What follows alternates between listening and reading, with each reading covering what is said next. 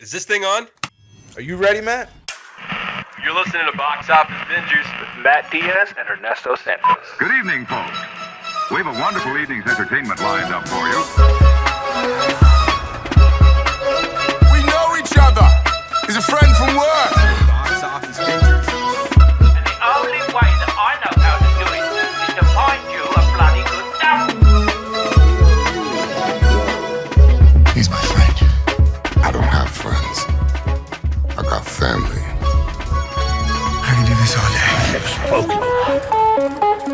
You know, if you put your mind to it, you can accomplish anything. Hello and welcome to another episode of Box Office Bingers. And so we're gonna get right into it because we've been having a good time before we even started recording. And so we're so tell our lovely listeners and give them a breakdown of what we are reviewing this week and who we are reviewing it with. Andy Muschietti's The Flash. This is the end point to the DC universe. And what other way to have this conversation without the very own two guesses who they think it is. Of course you fucked it up. You know, you just couldn't let me have it. Welcome back, sir. You just couldn't let me have it. I was just too excited. For those who are just listening, welcome. Box Office Bingers. What episode is this? 176. Oh my God, are y'all gonna do something big for your 200? I don't know. That's like 25 weeks from now, buddy. We gotta 25 weeks is if you haven't guessed it yet. That's half a year. That's half a year. That's 6 months. Bro, it comes by faster than and if you haven't guessed that's it, fair. That's fair. He just couldn't even let me introduce him. We finally got video going. We got shit popping off here. And then I was gonna fade into him and reveal him. And he just, for those of you who are watching, I'm sorry. I'm sorry that he ruined it. I don't know why you're complaining. You could still fade me in. Look at me. No, you ruined the moment. Yeah, just fade him out. Goodbye. Fade him out. Fade him out. I will not be silenced. But how are you, sir? I mean, it's so good to see you. We haven't, catch us up on what you've been up to. How are things over in, you taking over Corpus Christi? Taking over one city at a time with all of his hats in the background. Yeah. It sounds like a regime. No, it's good. Thank you. Thank you. I'm always excited to talk to y'all. And it's always fun. So, and if only everybody could hear the first, that whole first hour, basically. We should probably get started.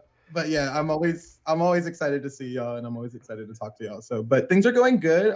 Been hella busy here in Corpus. It is officially summer, and as Floridians, I know you know the exact same thing. It's hot. It's hot. We have been for weeks on end at 120 in heat index. Oof. Straight. When you put it in, literally you put it into your phone that you're gonna go somewhere on your map, and it says "Don't walk." All right. Don't worry. You want to run? You want for running or something? You want me to just take a bike out there? I know, straight up. Yeah, it says heat advisory. Don't walk anywhere. And I'm like, don't worry. All right, I'm staying indoors. I'm sorry. I'm on the surface of the fucking sun right now. What year did we go? Has it been 2 years or was it last year? I thought it was last year. Last year. Yeah, it was last year. Yeah, because I just started with VCC and I just celebrated a year with VCC on the 16th. We were there around this time. That Texas heat is no joke. It literally melts you. Yeah. You don't even realize how hot it is until it's too late. That's the problem. At least Florida doesn't lie to you about how hot it is. No. True. Yes, thank you. And I'm just okay. And this is what pisses me off about it, because they'll be like, it's 99, but it feels like 119. I was like, then it's 119. Don't give me some. It's 85, but it feels like 104. It's 104. Do you see this sweat? I've lost weight in the last 2 days just because I was standing outside in line for something. So, You gotta. I feel like you and the local meteorologist, need to have a conversation. Let me know. I'm gonna get. You know what really grinds my gears? Oh my God. Well, as usual, this is the DC episode. we are reviewing The Flash. We can't think of any other person. I feel like you're our DC resident guy at this point. I love it. The DC resident guy, and then a few horror movies every once in a while. A few horror movies, yeah. That's. I mean, you're good for other things, but this is what the main things we have you come. No, it's okay. I know what I'm good for. I would say musicals. Hold on. I would say musicals as well. I'm okay with it. Yeah, we did have you on for Mulan, like the. Oh yeah, you did. Yeah, no. Wow, that 3 years. That was 3 years ago. That's wild. Oh my god. Wow. I do want to talk. I'm going to call it already. I don't know who else is going to be on it with you, but I want to be on it when Wicked comes out, because I think that's just going to be a fun one to talk about. That is December of 2024. I'm calling it. I'm just calling it now. Calling it right now. It's like doing it. Lock. If you're planning your 200th episode in 6 months from now, by then it's only 6 months away from Wicked. So just get it on your books. I need you to do better. That's what I need you to do. I need you to do better. You need to start utilizing your Outlook more often. Yeah. Well, this is already going to be a fun episode, as it always is, with you having you on, Estevan. But before we dive into the review of The Flash, there's not much entertainment news this week, so we're going to be diving into a fun thing we like to call Whatcha Watchin. So, Estevan, you are our guest, as usual. We'll start with you. What have you been watching? Well, a lot. But actually, last night, I binged the entire first season of Based on a True Story. Okay. Have y'all seen that one yet? No. On Peacock, right?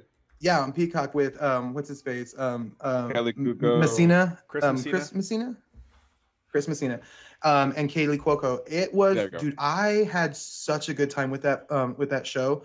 The guy that plays the murderer, I don't know who he is, but apparently he's been doing a lot of stuff. He's an actor. And but he's so good. Like, I am kind of obsessed with him right now, and I want to see more of him because he plays this role so good. Who's he play, Matt? He has that voice. Matt Pierce?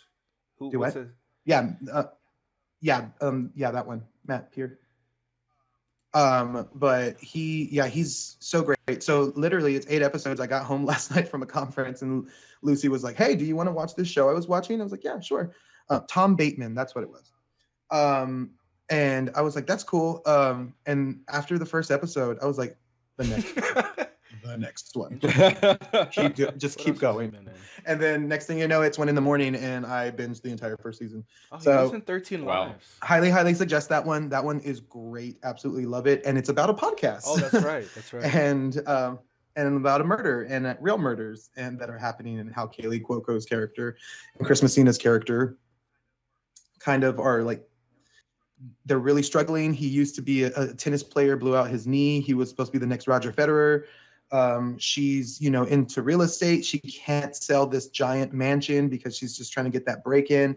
So they just see, and she's obsessed with murder podcasts. And, there's a murderer on the loose that's been, coming around, so that they have this idea and they figure out who the murderer is, and things just go from there. And it's crazy.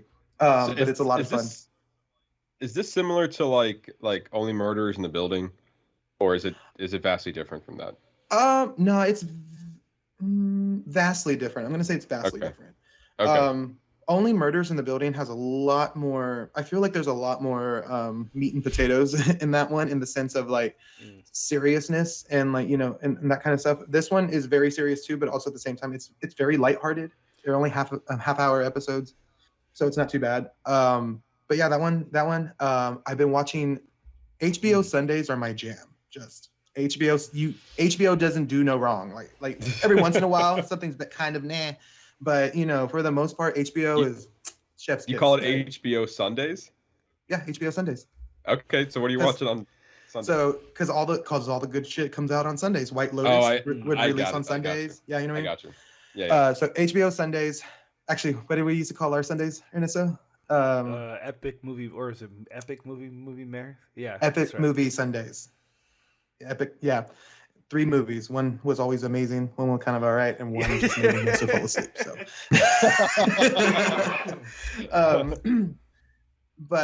Sorry. you all right? So I started The Idol with The Weeknd. Oh, I heard awful. It is awful in the sense of like what it is, but it is, first of all, a couple things I've never heard, so that's weird.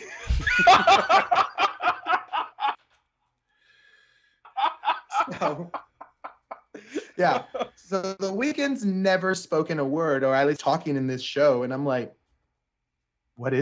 What's happening? what's happening? You should be singing. But and then it's Johnny. She plays a Britney Spears-esque type pop star. She's on the verge of, becoming who he is. And then the Weeknd's character just kind of comes in and starts to take over her life, and he's very aggressive about it. And he has a family of other artists that it's like he's a very, very sadistic and like very manager of some sort. It's a very uncomfortable show, but I cannot stop watching it. And like, Lucy, to watch this. I don't want to watch it. I'm gonna go. And then she comes back. She's like, "Is it over?" I was like, "No, it's still going." She's like, "Okay, I just don't want to watch that part. Let me see." And then she's like, "Nope, can't do it. And so it's kind of, I don't know. Just the themes of it are very heavy. It's only going to be 6 episodes, I think, is what it is. And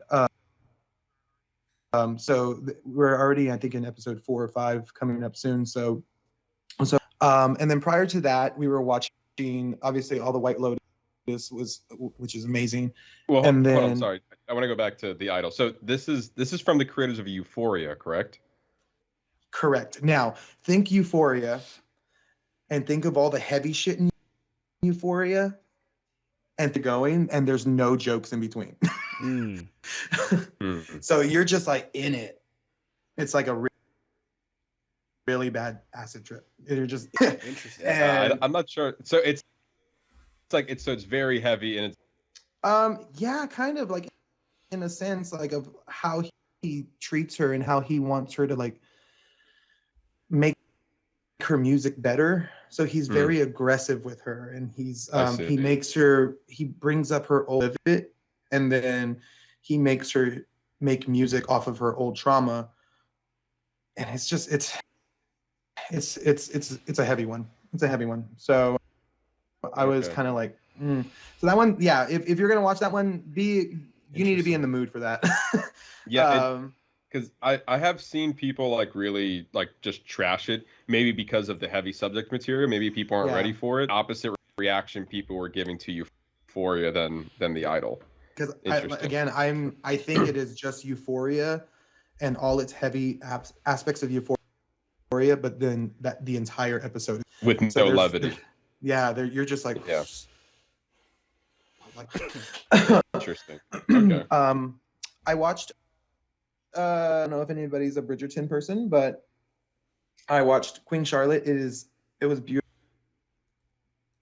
It was wonderful. You don't need to watch Bridgerton to watch this series.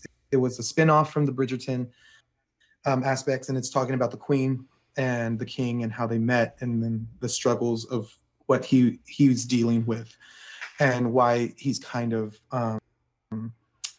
why it was always a strange thing. They were always worried about it, but that one was beautiful. That's on Netflix, and they did a great job. That entire cast did an amazing job. It's their first thing they've ever done. They've never even been in entertainment. They were, I think one of them was a doctor, and she came in and she just blew it out of the water. And it's fantastic. And then also on the same pace and theme of stuff, I've been watching The Great. So I've been kind of binging all of that. I will say this. I really, really enjoy The Great.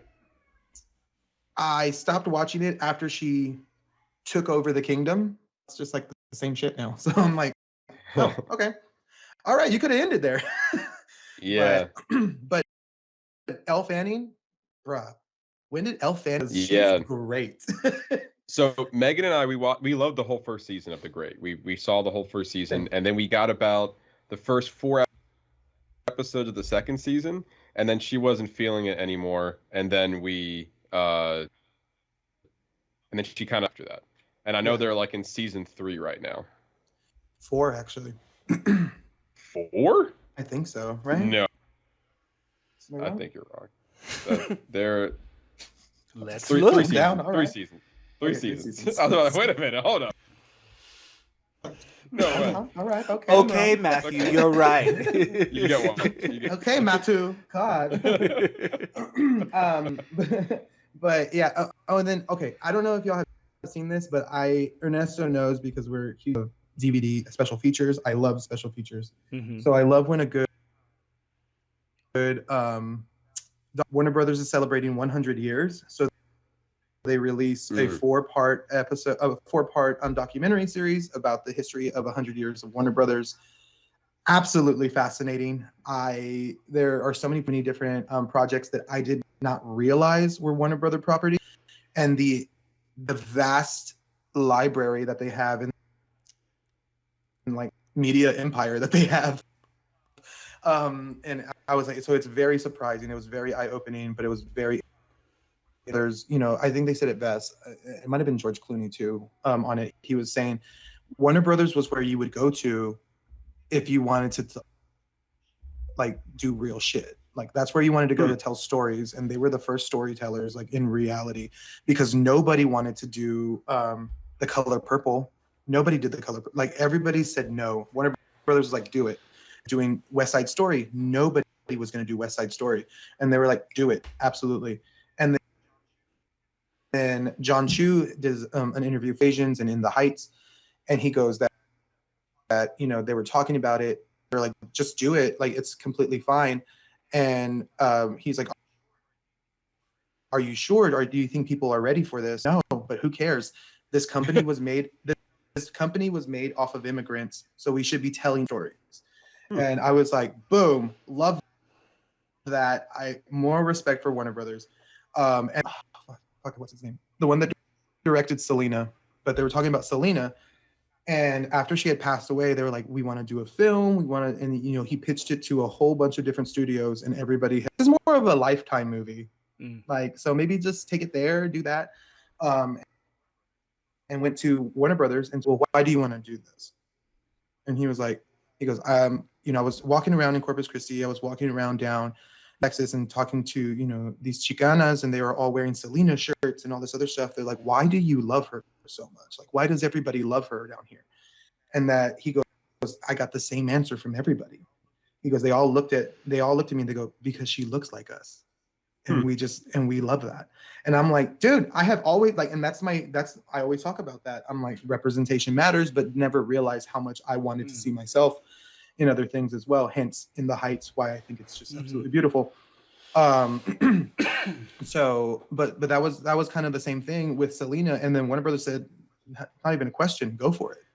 And so they did Selena, which, obviously skyrocketed J-Lo, and they really kind of dived into why these stories need to be told, and that's what's different from Warner Brothers as opposed to other, companies and everything else, and hence why Steven Spielberg keeps coming back, hence why Tim Burton keeps coming back, and everything else. So it's and obviously then they have their lows, and then they get their highs, and then literally, the Lego Batman movie, I think it's funny because the opening credits, there's that one, he goes, Warner Brothers, the house that Batman built. And kind of this whole thing. But in reality, they were already kind of in a slump. And then I think episode 3, they talk about Batman, which is a big portion of it.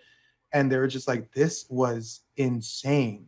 It was what Batman 89 did for Warner Brothers and for film was incredible, because we weren't in an overshare of superheroes. Nobody was asking superhero. It was a superhero film existing amongst other original content, and everybody was loved it, and then moved on with their lives. And then 1992 comes around, and here's Batman Returns. They're loved it. They're Batman that's a huge property. Batman, just like Mickey Mouse, you see those 3 ears worldwide, people know who it is. And the same with the Batman logo. There's a point where it just embedded itself into the zeitgeist of just pop culture, that people don't kids now just know that that's Batman or know that that's Mickey without even any context of knowing of who these people are. Mm-hmm. And I think it's really cool because, and another one that I had watched was, they were talking about the Jaws theme. It embedded itself so much into the zeitgeist that kids, in this day and age that have never seen Jaws, know the theme song, dun, dun, dun, dun, dun, and know that is something's wrong. like that means danger. Like there's something coming on. So it's very interesting. I really highly suggest that 100 Years of Warner Brothers. Yeah, you did sold sell me, sir. But no, you brought up you brought up an interesting point, and then this is like a weird connection.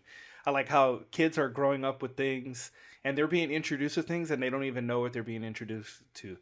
Case in point, I was watching Bluey with my kids, and there's a point where the dad is outside and he's dancing, and he goes, "Are you not entertained?" I was like, did you just fucking quote Gladiator and Bluey? Like,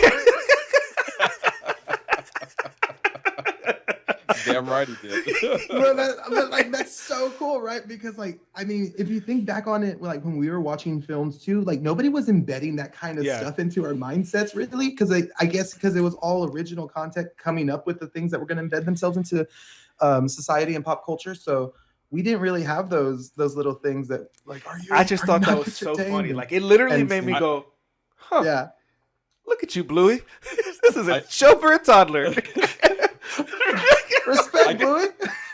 I could 100% see one of your kids just going out in the living room. Are you not entertained? And then it's like, where do you hear that from, Bluey? And it's like, oh man, you have no idea. You have no idea. Just get all excited, and be like, let me show you. When you're old enough to understand the gladiatorial horror that is involved in this film, why that reference makes a lot of sense. why it makes so much sense. But Estevan, to your point, I knew with Luke, I am your father. I knew that phrase before I knew that it was related to Star Wars.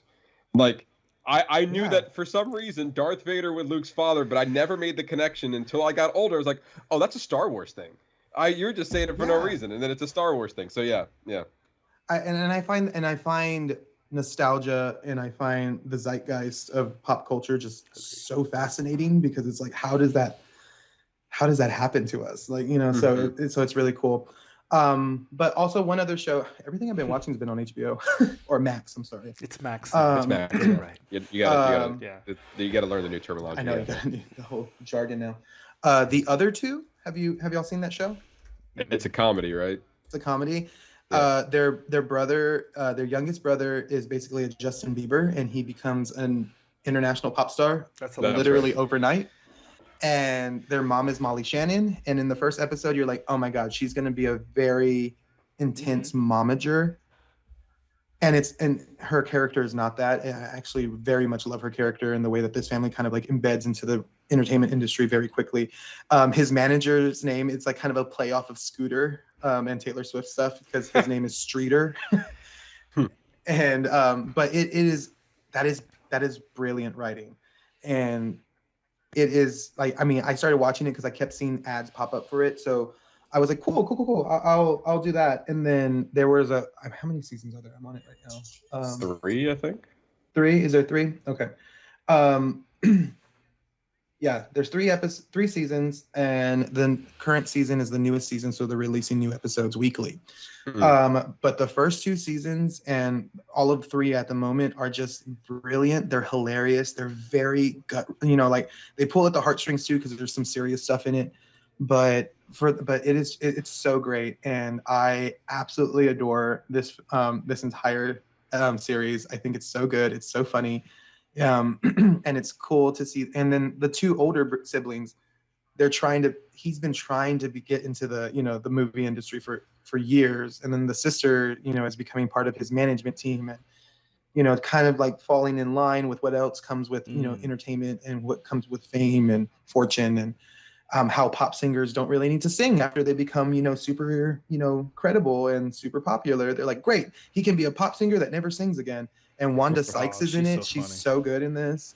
She's hilarious. Yeah, and then Segura. What's his last? Not Segura. No, not Tom Segura. Josh Segura.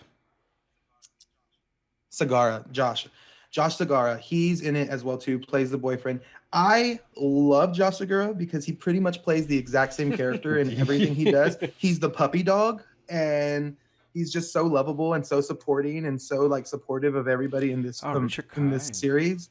And every time he's on screen, you're like, I love him. Like, I love him. Yeah, he was in a Scream 6. That's right. Yeah, and then he again, yeah, he kind of played the supportive boyfriend. Like, don't be near me because you don't know if I'm the killer or not. And Right. then anything else he's ever done. If you ever saw Sirens, he was like a kind of a airheaded fireman or police officer, and same thing. He was like a golden retriever of a man, just like hi. So that's kind of, I've been watching a lot, but but those are some of the ones I've been really kind of coming back to and really diving in and enjoying a lot more. Okay. Ernesto, what about you? Well, so I finished. I don't know, Matt. I think I may have told you I started it, but I watched the entire first season of Extraordinary on Hulu. No, we never talked about this show. It's been a while since we've. I don't know. I don't know why I didn't bring it up. But I finished it. It was good. Like everybody in this world has powers except for this one girl, and it's kind of like an everyday sitcom relating around that. It's very much like a raunchy kind of comedy. But it was fine. It was good. It was 10 episodes, I think. Let me look it up here. What was it called? Extraordinary. This came out earlier this year in January. But I think it must have aired on regular TV and then it was posted on Hulu. They have like the fade in, fade out commercial breaks in the show itself. Yeah. Okay. Yeah, it says January 5th of 2023. 8 episodes. Yeah, Jen is a self-aware young woman who lives in a world where everybody except her has a superpower. And she's just like a salty bitch. She's just so mad. I would be too. But but that's what made it really funny is that the whole show is centered around her saltiness. Yeah. Okay, that's cool. What's it on? The whole first season is there. Yeah, it says it's a show from the UK. So, also we rewatched The Hunger Games because the kids, the two older boys, we have the first books on audio because Hannah's been listening to the prequel to get ready for the movie coming out in November, which I forgot how much I love this series. Like it looks as far so and I was good, telling dude. my wife, like as far as like post-apocalyptic, like those set of movies that came out, like that one, Maze Runner, Divergent, like to me that one was the best one out of all of them. Hands down. Like as much as Jennifer Lawrence is not like much of an IP person anymore, she owned the IP. She was Katniss. She did a great job. I mean, the books are a little bit different in the movie, but like the movies are still good in themselves. So we rewatched the first one. I forgot how much I really enjoyed it and just how good of a story The Hunger Games is. So it's just getting me pumped. Like now I'm in the mood to re-listen to all the books and possibly re-listen to the prequels again. To the prequel again. I probably will listen to the prequel book again before it comes out here in November. What's the prequel? What's the title Ballad of of Songbird and Snakes. Ballad of Songbird. Actually, the one thing that I did hate that they did in that film franchise is the same thing that they did in the book, and I was like, please expand on it. When her sister dies, and then you turn the page and we're over it. Yeah, it's like that's it. I'm like, what? What do you mean? Like the whole point of this entire series is that you sacrificed yourself for your sister, and now she's dead, and we're gonna turn the page and start a new chapter. Fuck y'all. I mean, but she got. But you have to think about it. Like, what other emotion? Like, what else? What can be explained to really describe the anguish of not only knowing that your sister is dead, but if I remember correctly, she watched her get blown apart. If she's going to help them, well, it's just because now we're getting into specifics of the book. I see what you're saying. Like from a different psychological standpoint and an emotional standpoint of things, saying how do you explain somebody just being gone and that just to me I see what you mean, but that's what made it an effective endpoint. In the story, it's how do you end a chapter? Okay. You kill the main character's sister. You have her watch it happen, and then that's the end of. And then the start of the chapter is is what do we do after that? Yeah, that's okay. That's true. I didn't really think about it that way, so I should rewatch it now with that in mindset. But that's the book. But that's in the books. But I don't remember how they do it in the movies. The movie did the same shit. I don't see. It's been so long since I was watching, which I'm gonna watch them now. I'm just gonna do a full binge on everything before the movie. Yeah, because I remember she saw her get blown to smithereens, And then she wakes up in the hospital and she's like, where's Hemsworth? Oh. And I'm like, where's your sister? Well, then that makes sense because think about it. She probably got knocked out from the blast. So the last thing she sees is her sister dying. So even a secondary point. Yeah, Gotcha. yeah. Gotcha, bitch. Gotta be quicker than that. Like, I'm not one to defend anything bad, but if it's like good, effective writing and it has a purpose, like I'm always here for that. No, and I'm always here for somebody else's perspective on how they see it too, because it's like this is how I see it, and like tell me it's different. Also, I mean, I forgot to mention this just because I absolutely love this series and I got into it late. Did y'all watch Succession? He hasn't, or I guess this way he hasn't. I have. Sure. So good. What beautiful, a show. Beautiful writing. Like the way that show ended was exceptional. Perfect. Like it was so good. It was so good. Yeah, I agree. And we talked it. This is how you know you have good writing, and this is how you know you have a really good product. If you can cause people to talk about it after it's done, if you're able to have people continue talking about episodes days afterwards until the next episode, and you're still able to have people talk about it after the entire series is over, I was like, that's brilliant writing, and I think it's fantastic. And it ended in a sense almost like The Sopranos, but not really The Sopranos because it just ended. And like, you know, like Joanna and Joseph and Lucy were like, how do we feel about that ending? I was like, it makes so much. I go, it's perfect. Yeah. It's perfect.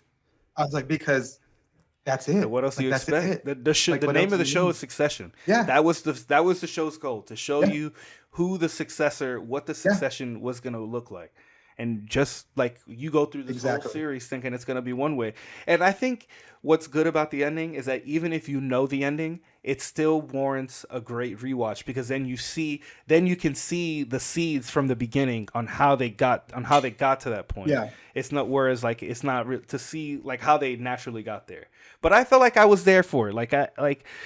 Because if you look at the way the previous, not this season, not the series finale, but the season before, where that character was a key player in the finale there.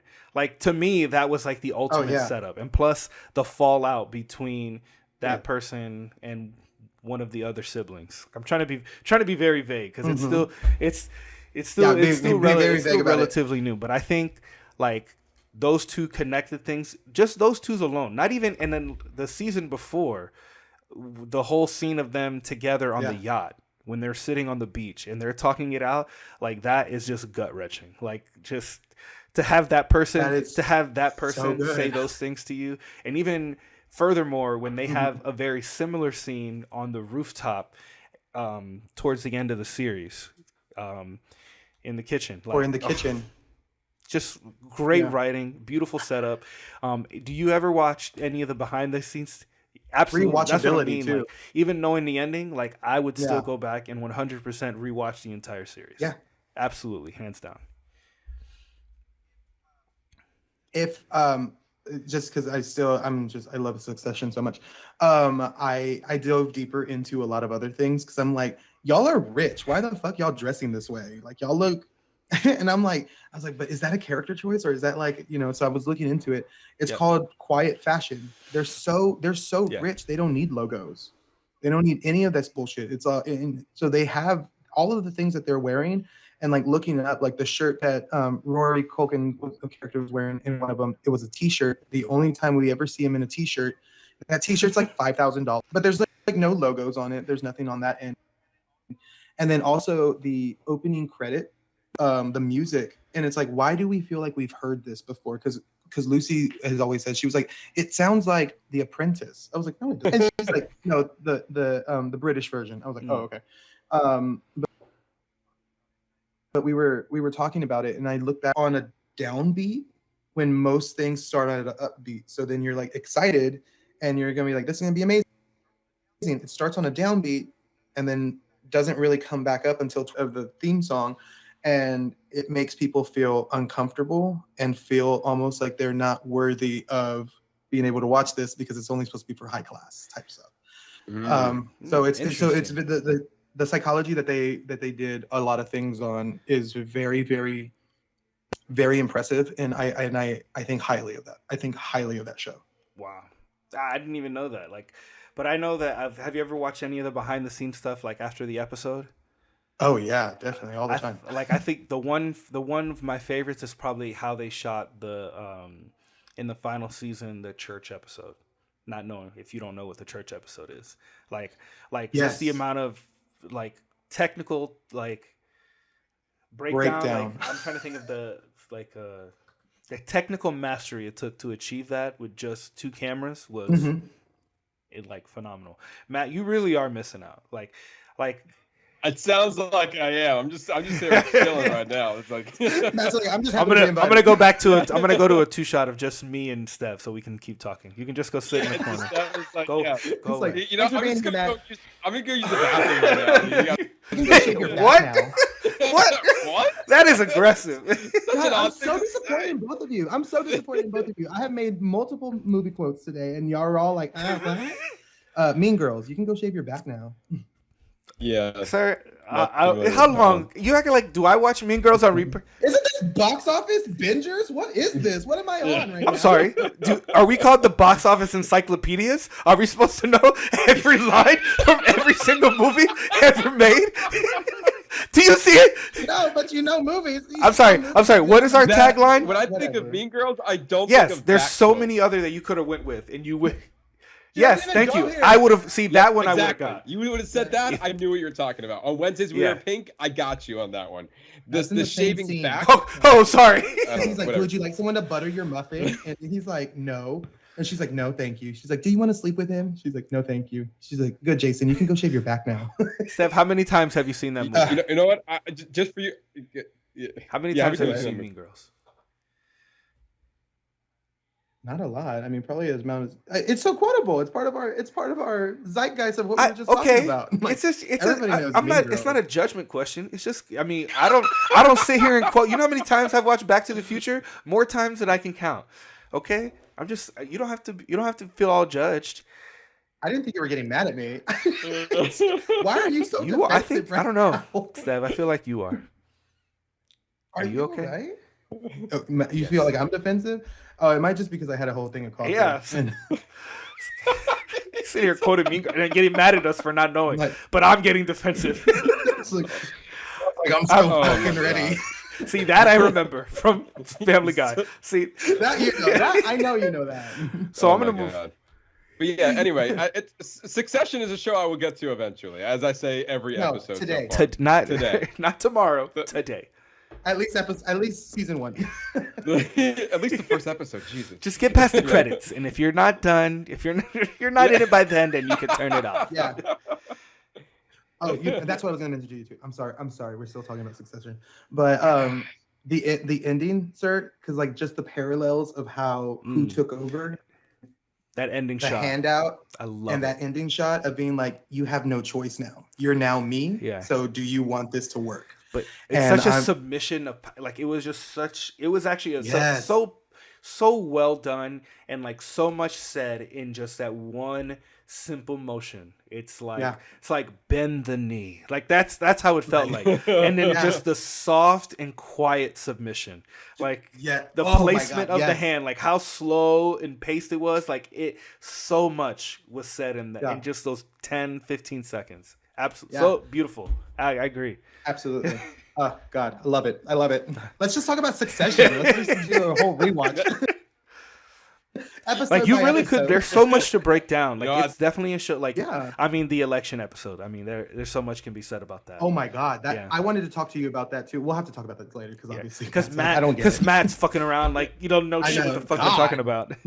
Yeah, I mean, you guys just dancing in circles around this, and like I appreciate you guys being coy about like, well, it's this person and that person and this scene and that scene, and like, well, we can't get him too much because Matt hasn't seen it. Thanks, Matt. Yeah, thanks for ruining the episode, Matt.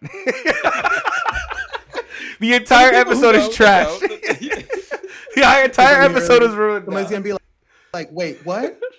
Katniss' sister dies? I was like, listen, if you don't know that by now, like that's on you. I guess that's true.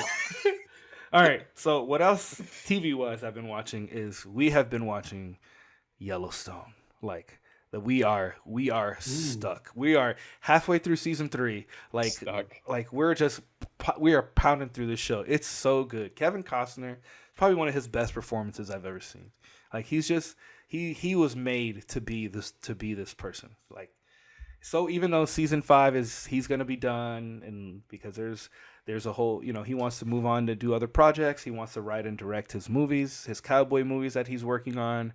So I get it. Wait. Kevin Costner's making some cowboy movies? It's like a series of 4 movies that he wants to have time to write and direct. But the problem is the shooting schedule is too demanding for his shows. So he wants to have time to do this. He wants to step away. So I think season 5, part 2, once the writer's strike is over, which actually I don't know if that affects him because he writes all his own content. I thought I remember writing that online, unless the production crew. But if he's part of SAG, he's not allowed to. Well, not SAG. If he's part of the Writers Guild, then he can. That's what it is. That's right. Yeah, that's right. So once part 2 releases, that's supposed to be his exit, and then Matthew McConaughey is in early talks of picking up where Kevin Costner, like where the natural next step would be. I love McConaughey. And actually, it's shot out in Texas in a place he owns.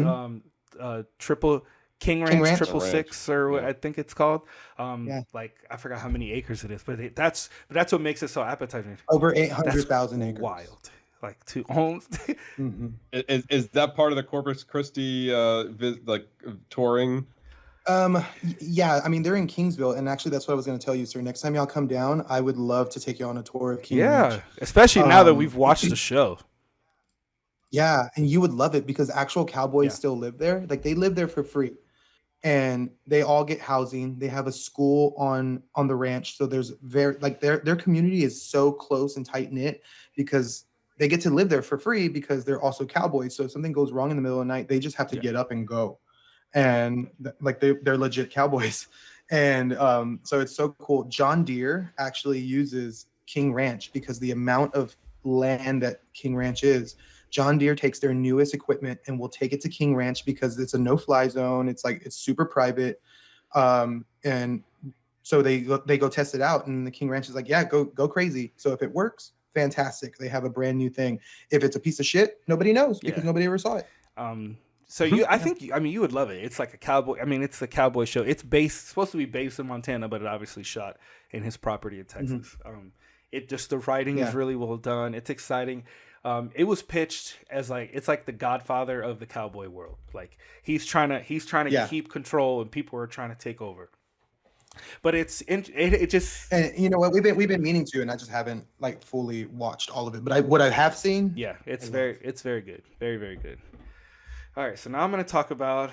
So I have one movie to talk about that I went to the theaters to see. I saw The Blackening. It was not.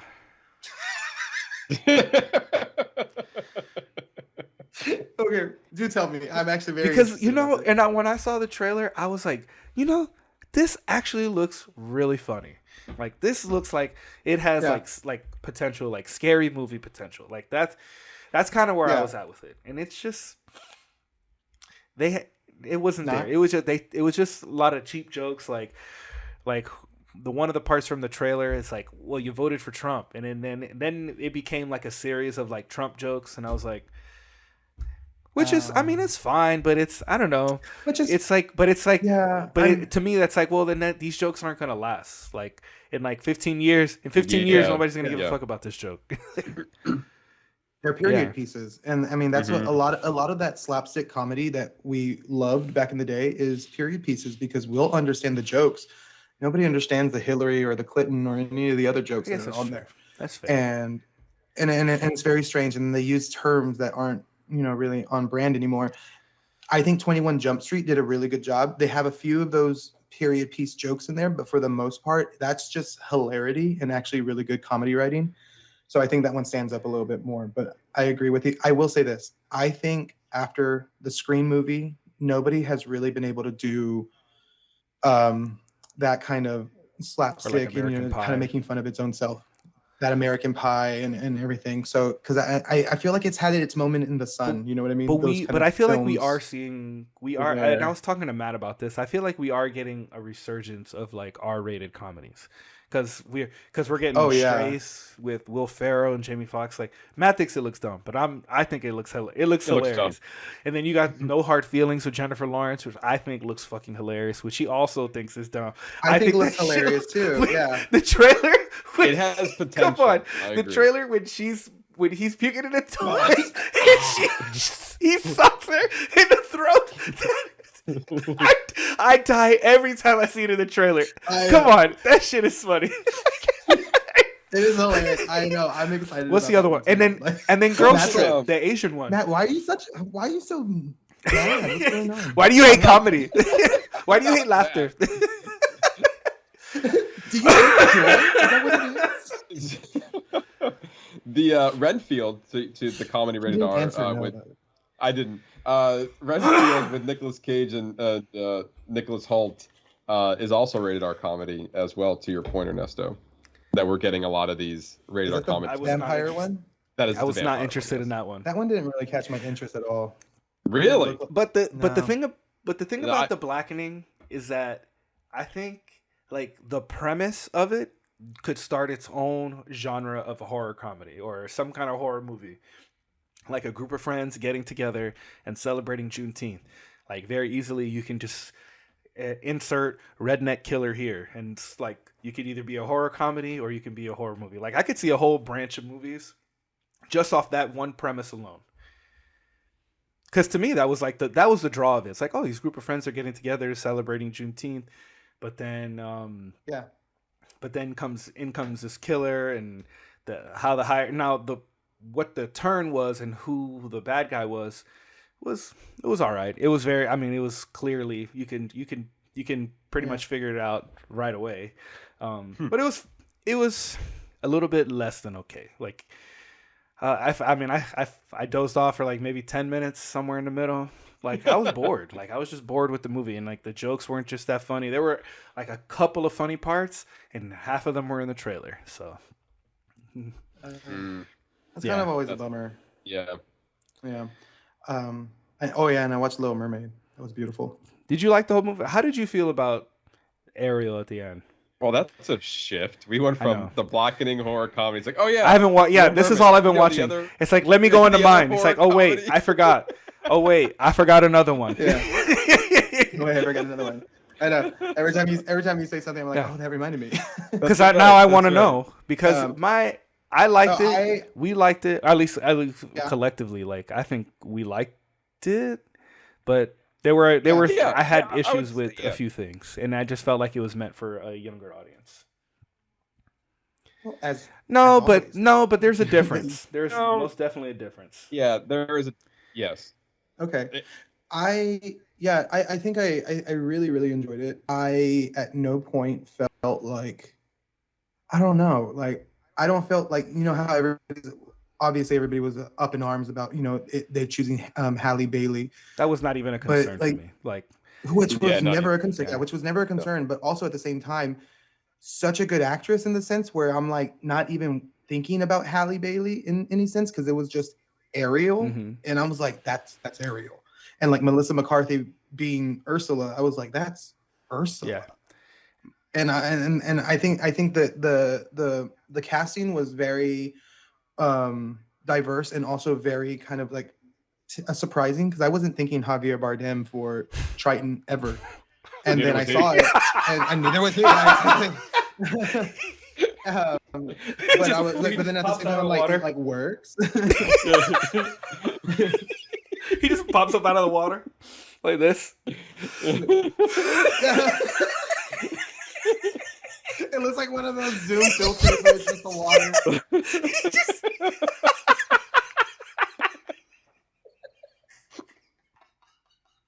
Oh my god. Yeah, no, there was something. I mean, I also kind of had an issue with like the way that the crab and flounder looked terrifying. I know they're trying to go for realistic, but Jesus Christ, pick a lane. The problem is they didn't pick a lane. They picked this weird middle. They went with the weird middle ground. A weird middle ground. And yeah, I think. Go ahead, Ernest. Well, My only main gripe is that they made Ariel kill Ursula, which takes away Eric's redeeming quality to his father. Otherwise, now, why the fuck does he give a fuck about the surface people? At least before, if a surface person went out of their way to save his daughter, that gives him a reason to want to get married. And then they were going to go get engaged and get married, and at the end, they're like, you know what? We're not going to get married. We're just going to go sail across the world. I don't know. You know what? You're welcome. That was my only. Just from a storytelling wise, like you literally took away the one thing that made King Triton care about Prince Eric. You saved my daughter. Period. No, like it's not about her not being able to save herself, which is the reason why I feel like they changed it. That's why I feel like they changed it. See, and it's weird because I didn't really think much about that change. Like I noticed that change, but I didn't like think much about it. I was like, that's cool. That just makes sense. So, like she was in the water, he was not. And I see where you're coming from. And that's fine. She can be the savior, but then now you need to give me another reason as to why King Triton cares about the surface people. I see exactly what you're saying. Yeah. Yeah, I mean, I understand story-wise, it's her movie. You make the final blow. I get it.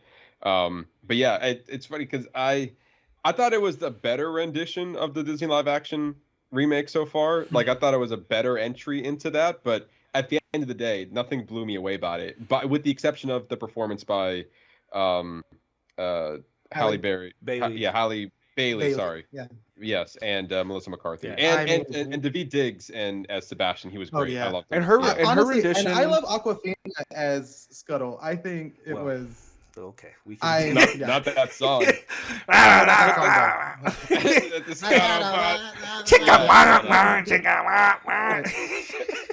I was like, okay. We could have done without a whole Scuttle song. I think it was just a weird. It was just a weirdly played song. Other people to have their own solo. Exactly. It's fine. We didn't need all that. But yeah. And anyway, is that all you're watching? The only other thing that I have is and this was like, I guess this was after we watched The Flash. Was we me and my son Edward, we watched the Michael Keaton Batman movies. So Batman and Batman Returns. And then he went on to watch Batman Forever and Batman and Robin. So we're going to dive into that a little bit in a second. But with since he's a kid. Correct. So did he enjoy those movies? Yes, because they were made because 100%? These were and you can see it. These were PG-13 movies that were geared toward a younger audience. They were geared toward more like the preteen, like little more grown kids, like PG-13. Are you talking about that whole 4-part legacy, or are you talking about the last two, the Schumacher ones? Oh, I'm talking about. I think you're asking me about the Michael Keaton Batman movies, right? Or are you asking me about all 4?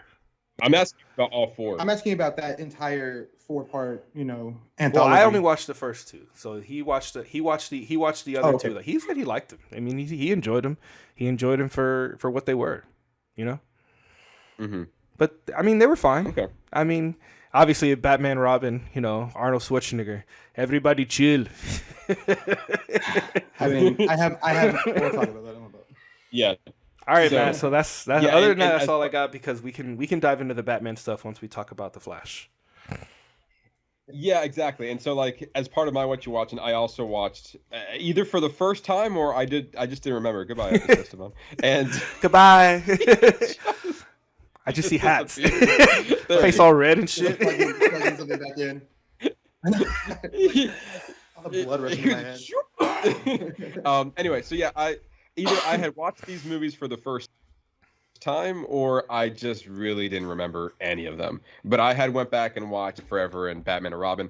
I had watched Batman and Batman Returns before The Flash, and then I watched Forever and Batman and Robin after The Flash. But I'll dive into a little bit of that when we talk about The Flash. But the only 2 other things that I had watched was Ernesto, I took your advice, and on the plane ride, which I'll also get into my little trip that I did, I watched Flaming Hot. Did you watch that too, Estevan? Is that something you also forgot? Seems like he also watched it. I've been watching a lot of things. It wasn't great. It actually, just on the movie alone, it's great. But what did you think? I enjoyed the movie for what it was. I mean, I understood that there was a lot of things that happened behind the scenes that like basically just straight up did not happen. Yeah. But for what the movie was telling me, I enjoyed it very much. Like I was surprised at how much I was invested into the story on face value of what the movie was. Yeah. So at this point now I'm treating it as a fantasy of this person instead of real life. Even though it's based on a true story, I feel like at this point it's elements of a true story. And like we said before, it's based off of a memoir, so this is on his envisioning of it. But for what it was, I thought it was good. I really from what I saw, even Longoria's comments said this is his truth. As to what happened. Like, sure. But I just and bravo to Eva. She's doing. Oh no, she did a great. I think as far as a movie being put together for her to direct, I think it was a well constructed story. Like I was 100% invested in this movie all the way through. My problem is that I got so invested is that I thought because she said this is a true story, so I go, damn. Let me go look it up. Oh. So, but like, I feel as far as like an immigrant story is like, you could have just told the real truth. Like you could have found a way to stylistically tell me that there's like that's a thing. Because if, for me to go look it up and you not even to mention it says that like I don't know, it just feels off. Like it puts a bad taste in my mouth. Like regardless, even the true story, the things that are true that they can confirm, like it is a great American immigrant story. It's like just to see somebody to rise from a janitor to executive, that alone, regardless of what's right and wrong. Like I felt like if you had given us a true story, it would sit with me longer. As far like now, it's like okay, well, yeah, it was good, but like there's this weird thing where like some of it might be true, and like maybe he didn't even make the Cheeto, he made the popcorn, and then it got turned into the Cheeto. But like to make a point, to say that you made the flavor, but then for them to say that they already had scientists working on it, it's like I don't know, it's weird. Unless they're trying to actively hide up. Well, they did say that in the movie that other people were working on a flaming hot, but in the film he was defending that but that's all based off of chemicals. This is from real ingredients, and that's what he was pitching toward in the film anyway. But again, for face value, I enjoyed it. And like you said, even Longoria, for her to be, this is her directorial debut, she put together a really good film. 100%. She did a good job. She did a great job. I was in my feels at the end of the movie. Like that, it was good. It gave me the feels in the movie, which I loved. Yeah. Esteban, your thoughts on it? Loved it. But then I remembered that that's something else. Speaking of Eva Longoria, if you haven't watched Finding Mexico, watch it. She did such a good job with that. Okay. So I saw Flaming Hot. I enjoyed it for what it was. Also, it's weird to like to think of a movie as like, oh, this was a good airplane watch. I mean, it was. It was like a solid 30 minutes. Nothing to really think about. Nothing like it gets really deep into the movie. I don't like to watch deep movies in the airplane. I feel like I gotta like honestly when I'm thinking about what movies I'm downloading to my iPad, it's like it's got to be something chill, because all of a sudden if it's I'm like, man, there's too many other things going on. This person's sleeping next to me, and the person asks me for water, and then all of a sudden the plane just drops 10 feet, and you're like, no, I need something chill to watch. Plus you don't. I don't Oppenheimer on the plane. Plus you don't want to watch anything. You don't want to watch anything risque. Like a little kid walks by, you're like, what? And the mom, sir, you're over there watching Euphoria, and she's like, sir, what are you watching? Like. It's like you're sitting next. It's like you're sitting next to a little girl. It's a video of like some guy rolling a blunt or some shit, killing each other. She's watching. So yes, I understand. You do have to be careful about what you got to be very selective about what you're gonna watch. It's absolutely a thing. It's absolutely a thing. And the other thing that I watched as far as movie was is Whitney Houston, I Want to Dance with Somebody. You seen that as well, Estevan? Yeah, I forgot about that. Oh, yeah, have you now? Well, actually, before I say anything, how did you feel about the movie? I enjoyed it. I think it was a little long. That sounds right. Yeah, I enjoyed it. I think it was a little bit long. I think what they were trying to do, they did a good job with, just kind of wanted focusing in on a lot of the things that we didn't hear about a lot, or just her happiness in general. And that's kind of how I read it before I went to see it. They're like, it's focusing more on like when she was doing what she loved to do, more so than the whole Bobby and Whitney thing. And then I'm like, it's the Bobby and Whitney thing. Like, I took the movie as here's a highlight reel of all of her greatest hits. Yeah, you know what I mean? It's like here's the highlights of her life, because we start when she was late teens, early 20s. Yeah, that's kind of where we start off from there, and then we just kind of, because then like there's gaps in there where like you have to like. Oh shit, like a couple years had gone by without, you had to really pay attention, because all of a sudden she's like Super Bowl. Yeah. Exactly, yeah, like, oh, that happened. Or like, hey, I'm pregnant, and then next thing you know, like the kid's 3 years old. And I was like, okay, so we're really moving with, even though this is a 2 hour, like 2:20 is a movie, 2 hours 20 minutes. Something like that. Yeah, it's a long one. But yeah, so at the end of the day, like, because we were skipping and we're just getting the highlight moments, I wasn't able to resonate with any one scene because we were just kind of just moving through. It's almost like we're checking boxes. It's almost like, okay, she came out with the hit, got it. Super Bowl, yep. Her husband, yep, and she's dead. She's dead. Yeah, exactly. Yeah, and then she's dead. But that's how it was. That's how the movie was. And now she's That's what the movie was. That's how I felt in it. You that's nail on the head, honestly. But which doesn't take away from like what I enjoyed about it too, because I thought it was great. Stanley Tucci, I just love the Tucci. Oh, he's great. Yeah, he was good. He does no wrong. And a hug. At the 17, go on fire. Sorry, didn't mean to interrupt you, but I love that. I love it. Dude, we used to walk around just doing that all the time, just like out of nowhere. Randomly, just side point. Like when we were watching Hunger Games, Hannah was telling the boys that I would do that. So now they make me do it all the time. Did you ever watch Harry Potter with them and just be like, me and Steph would fuck around with the sword he had. It's like, don't pick Slither. It's like, no Slytherin, eh? Slytherin.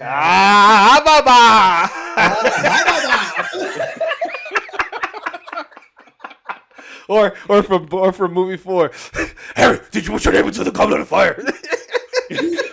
He said softly and calmly. No, he didn't.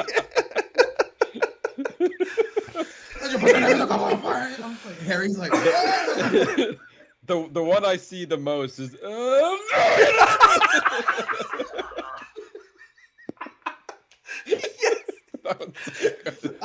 You know what made me think about this too is that I don't know if you remember this, sir, but for a hot minute when we were doing all of those quotes, and especially with those movies, what was it? Every time somebody would tell us something like in the veranda, or somebody would tell us how to do something, I was like, actually, it's Leviosa. So many. And the people were like, I don't understand. Like, why? Yes or no? Are you gonna fix it? I'm like, it's Leviosa. Sorry, you're not a nerd.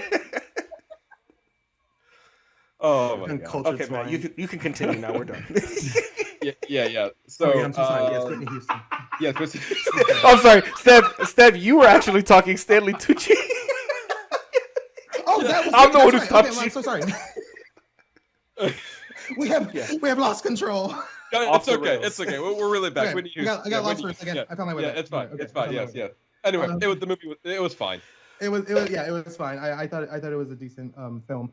But also, I don't know if you noticed this, but I after watching it, I was kind of like, oh shit, I didn't realize like how short and how quickly her like, you know, her fame got, because growing up as kids, I'm like, Whitney Houston, like that's Whitney Houston. Like she's the biggest thing in the world. And I was like, oh, she's only been the biggest thing in the world for a few years. Like it's not even that big. Like but when you're younger, like, you know what I mean? Amount of time seems like forever. Yeah, that's true. Longer when you're older. Yeah, and also I feel like, at least for me, like I was born in '94, and so she, like her peak was gone already. Yeah, he's a child. He's a grown man, dude. Like grown man. It's 11:57. Don't you have nap time already? Can I have nap time?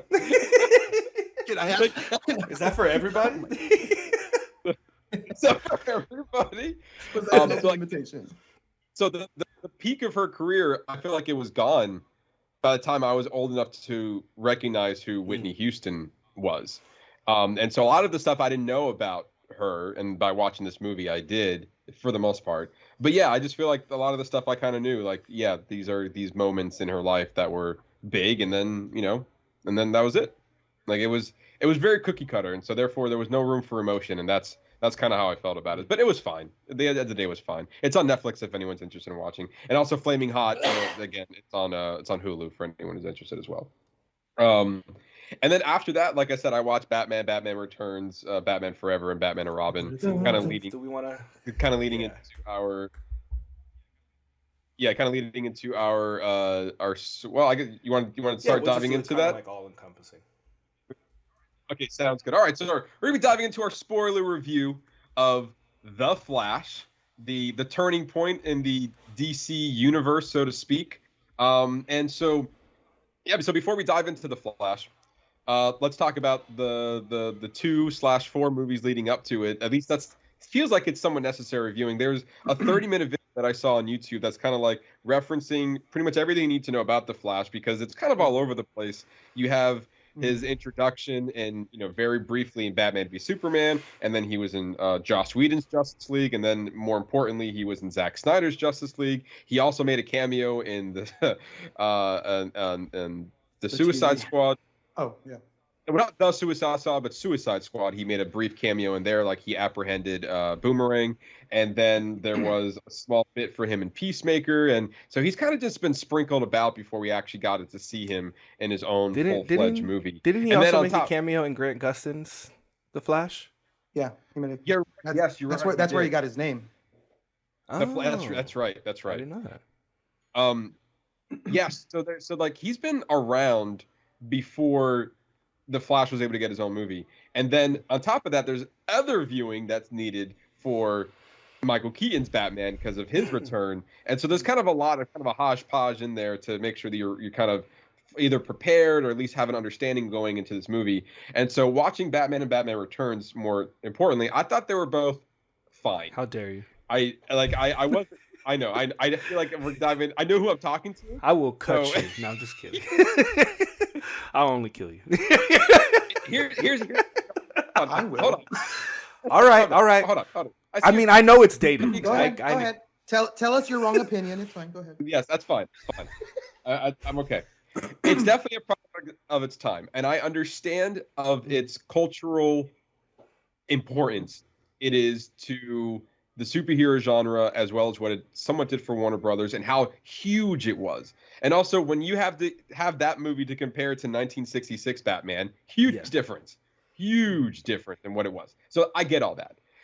What I had a hard time kind of diving into, and this is also part of the reason that I have with The Flash as well, is that Michael Keaton is Batman. Yes. Right? Mm-hmm. He was never Bruce Wayne. Never Bruce Wayne. And I had a problem with that because I wanted to understand more of his character. And the only time we ever got Michael Keaton's Bruce Wayne was when he was flirting with Vicky Vale or when he was flirting with Catwoman. But never, and that was it. Like I never saw, because I guess for me, when I was having a better understanding of who Bruce Wayne and Batman is outside of the cartoons was when I was watching Christopher Nolan's Batman. And there was a lot of Bruce Wayne with Christian Bale in it. So like, and we see him like running a company, trying to deal with the two, like duality between the two. So when I'm watching these movies, it's like, okay, so we're just really focusing on Batman. And also when we weren't even focusing on Batman, my other part of it is that the movie says it's called Batman. The movie should have been called Joker, because we got a lot of lead up into Joker and Jack Nicholson, and we got very little. I feel like in both Batman and Batman Returns, Batman was the secondary character and the villains was the primary. Yeah, and because we love the villains more, and I think Tim Burton completely understands that. Like we pay more attention to the villains and to the scary things than we do to the ones that are going to save us, because the ones that save us, there's that duality. Sometimes I don't want to see Bruce Wayne. because Bruce Wayne is the mask. Because he doesn't give a shit about Bruce Wayne. Because when Batman shows up, that shit's gonna get real. Like if he's there, that shit's gonna get done. Like you don't have to worry like if he's gonna do it. It's more a matter of when. But I think I understand what you mean. But I think that was the point of the movies. Like they were trying to showcase the duality. Whereas like the Joker, he embraces both just the Joker. There is no other side. Where in the second movie, you got two different characters. You have the Penguin who wants to be like the Joker, who wants to be accepted but wants to incorporate his dark side. Whereas Selina, he realizes Selina is his equal because they both are dealing. This is difficulty with duality. They have that issue with going back and forth, and that's why they're catered so much to each other. Whereas he tried to have that with Vicky. He tried to give her both, but she left. So that the small moments you do get of Bruce Wayne, I do feel like they were used effectively. You're not just gonna see like Bruce Wayne walking down the street. It's like no, like we're gonna have him in a scene. Like we're gonna use this time to like kind of understand him a little bit better. So I get what you mean though. That whole scene in Returns, whenever they're walking down the street and they're reading the headlines of all the papers of each other, or of themselves to each other. And I was like, that's written so brilliantly, because if you think about it, you're like, how did you not know? Like, how did you not? And then you're like, oh, wait, because you wouldn't know. Because if you had no idea who Batman or Catwoman are, and you're just talking with this billionaire down the street, you're kind of like, can you believe Catwoman's supposed to be 160 pounds? Or can you believe that, Batman blows it? And it's like, yeah. So I think that was I think that's cool. And you get that moment at the end where they realize who each other are, and then I think it's Selina says, "Do we have to go back to fighting now?" It's like now that we know, like, do we that recognition between them? Like, do we have to go back to the way things were? Can we move on? And then obviously we see at the end of the movie, like obviously, she had to go her own way and she had to go his own way. Yeah. Right. Yeah. But that's the idea that those two characters forever have always been like. He first met Selina and was like, "This is instantly like that's the one villain from his rogues gallery that has never instantly been like, I need to end them or I need to like stop them from doing something." He saw Selina stealing shit and he's like, "You probably shouldn't do that." And then he chased her like in comics he chased her around on rooftops for a while and let her get away. She is the gray. There's only black and white in Batman's life, but for Selina Kyle, she is the gray in his life, and that's why he's so attracted to her, I think. And I think that's why Tim did such a good job with Michael Keaton's Bruce Wayne being so attractive to Michelle Pfeiffer's Catwoman, because she was just I can't read you. Like, why can't I read you? Why are you so interesting to me? Why do I feel like I know you, but I don't know you? It's very much true love. Sorry, Matt. Yeah. Matt, you go now. Yeah. No, sorry, you get me going on Batman. It's like, well, hold my beer. But that's important though, because like in Batman, well, maybe not in the Flash movie in this case, because I thought he was going to have a bigger role. That's another issue I had with the movie. But anyway, we'll be diving that in a second. But like, I felt like that. Well, at least with the villains anyway. It's funny because like sometimes I was on board with the portrayals of Catwoman, Joker, and the Penguin. But then other times where we just took a left turn and it just went a little too much comic booky for you. Like a little bit, just a little too comic booky. Which hold on. Which at this point, Forever and Robin really, in that sense, kind of embraced it a little bit more. Which it went over the top even more from there, and that to me, Forever and Batman and Robin felt like they were very much in the style of a comic book. Which I didn't run into many issues before, where I felt like with Batman and Batman's Returns, I'm not sure which version of the character you're trying to give me, a more grounded version or a more wacky version. And I was never to get a good read on it, even though I really enjoyed Danny DeVito's portrayal as the Penguin. He was, 100%. I was like, that's Danny DeVito? Get out of here. I'm out. I need to know this right now. So you said...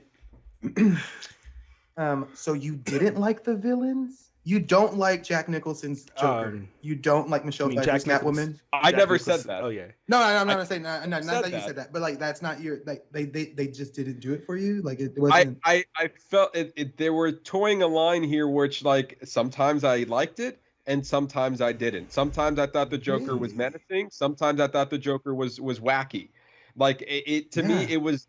I wasn't 100% on board with either one of their portrayals, even with Batman. Like even with that, like I had an issue with Batman as well. Not a big one. It's not like I didn't think Michael Keaton was a bad Batman. Not absolutely. I think he was a great Batman. He was fantastic. But like with all of their performances, I just felt like we just have a line here that I like we have it and then we crossed the line and then we went back over and then it's like I just couldn't commit to anything. There's only two people that I thought really committed to the role that I would actually have zero issues with, and it was Nicole Kidman as the reporter.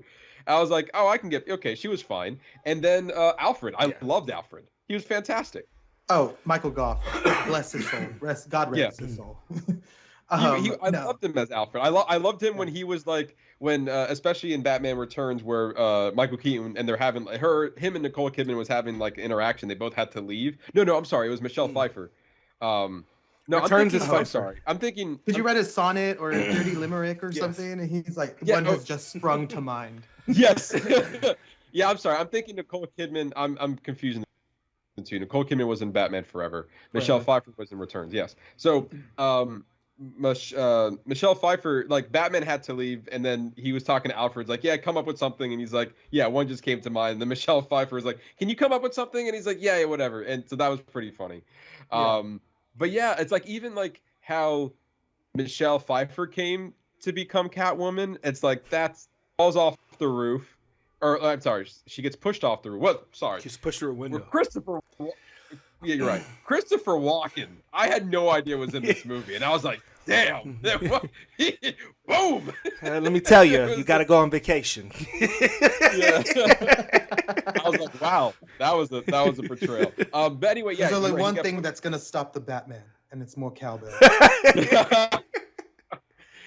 Yeah. So he, she gets pushed out of the window, and then she gets taken over by cats or something, and then she's Catwoman, or is she delusional? Okay. Because she gets hit in the head. It's like and then all of a sudden she's like drinking milk in her apartment, and then she's making latex, and it's like she's got like the spirit of the cat. Here's what you need to understand though. Okay. You're going into a Tim Burton film. Yeah. Sure. And Tim Burton takes his own, liberties to do certain things with certain characters. That's not the origin story of Catwoman, but that is the origin story of Catwoman for the ones that like grew up with that film, because I will die on this hill. That's the best version of Catwoman I've ever seen on film. She's unmatched. She is unmatched because able to balance the idea of a cat burglar, to be a villain, to not be a villain, to be a very like sadistic, and seductive, like cat-like figure, and being called Catwoman, and the nail portion, the whip being the tail, the ears, and everything about it, and the stitching, it is unmatched, and I think it's fantastic. But you also have to remind yourself that you're going into a Tim Burton film. So how does Tim Burton bring this kind of like weird, version of a character? Like, he does Beetlejuice, and that's, like, how does that happen? And, and all these other things. But like, so from a Tim Burton standpoint, that is, I think, great. And I will say this too, that whole scene is brilliant acting, because you got to remember there's no effects at this time in like 1992 and 89. And she did the eye fluttering herself. She did all the twitching. And like, I was going to suggest this for y'all. I think you and me had watched this before, Ernesto, but it's a good rewatch. It's called Shadow of the Bat. And it's like a 6-8 part, documentary of the film history of Batman and how they got Batman to screen. And it's fascinating. I highly suggest you to like watch it, because it's really cool to see how much problems they had to get to where they were, and how the style of Batman 89 and Returns, and then you go into this like, Hong Kong nightlife style neon lights, of Schumacher and Forever and Robin, and originally, and then if you heard, I don't know if you heard recently, but like Kevin Smith has a copy of the Schumacher cut of Batman Forever, which is a lot darker, than what we got, because at the time, Warner Brothers at that point, they were like, great, Batman's bringing us the cash cow, like it's bringing us all the money in. And then to verbatim, like on this documentary, he said that he went into the offices with the studio heads and was like, this is what I want to do for Batman and Robin. It's going to be even darker than Forever and all this other stuff, blah, blah, blah, blah, blah. And they're like, we want you to make this film more toyetic. They created a new word called toyetic. So anything that they put on the screen would be able to be turned into a toy. So then that's where the film lost all its credibility, because the studio heads decided, let's make more profit off sales of toys, because back in the day, let's be real, we had better toys than the kids have. It's true though. And we really do, yeah. And so anything that we did on film should be made into a toy. And having that mentality completely broke the actual storytelling of this character. Yes, they're fun to watch again. And I told you, one of the things that I always like to look at, if you look at each of those films, it represents a different era of Batman. 89 is very dark he was very much a detective and dark. Returns kind of went back into like the 60s. It wasn't too like crazy, like wacky, but at the same time, there's a little bit of wacky, a little bit of darkness to it. Forever's kind of bringing it back a little bit more, campy, but still has a little bit of that detective era. And then Batman and Robin is full Adam West version, kind of homage to it. Ice skates coming out of the boots and, him not even using a Batman voice. He's like, hey, I'm Batman. I was like, yeah, you're also Bruce Wayne. We know. Like, you didn't even change your voice. Yeah, but then good things came out of those too, because like Uma Thurman, people give shit about it, but watch that shit again. Uma Thurman is great. I also really like Jim Carrey as the Riddler. Like, I think the villains Jim Carrey did so because it wasn't only until the 2000s is that we get the more grounded comic book movies. Back then, they leaned heavily on the comic book and it was less on the movie. If that makes any sense. Mm-hmm. Yeah, and even diving into Batman Forever, I actually enjoy that movie a lot more than I thought I was going to. I thought Val Kilmer was a great Batman and a great Bruce Wayne. Yeah, I really enjoyed Nicole Kidman in her role in that as well. I felt like we got a little bit more Bruce Wayne that I was able to connect with, like actually than the Keaton versions. The only thing I didn't like about it was Tommy Lee Jones as Two-Face. Oh, that's awful. It's awful. Yeah, I was like, you're Joker. You're trying to be the Joker, and it's not working right now. Even with Jack Nicholson's Joker, like I enjoyed it, and like I said before, like there were parts of it that worked for me, other parts that didn't. But like there was some sense of Jack Nicholson's Joker when he's like taking over the TV screens, and like you're seeing what he's doing to other people, like making them laugh, and they're afraid to use the makeup and everything. Like that's some dark shit. Like I was like, oh my god, that's terrifying. Like I thought and then also the iconic scene. You want to get nuts? Let's get nuts. And I was like, nuts. I was like, all right, that's a little. The whole scene was a little weird for me, but whatever. But like for the most part, Jack Nicholson's Joker was good. For what it was, I wasn't blown. It was great. Come on. Okay, sure. You're saying great. It's like an 80s gangster version of Joker.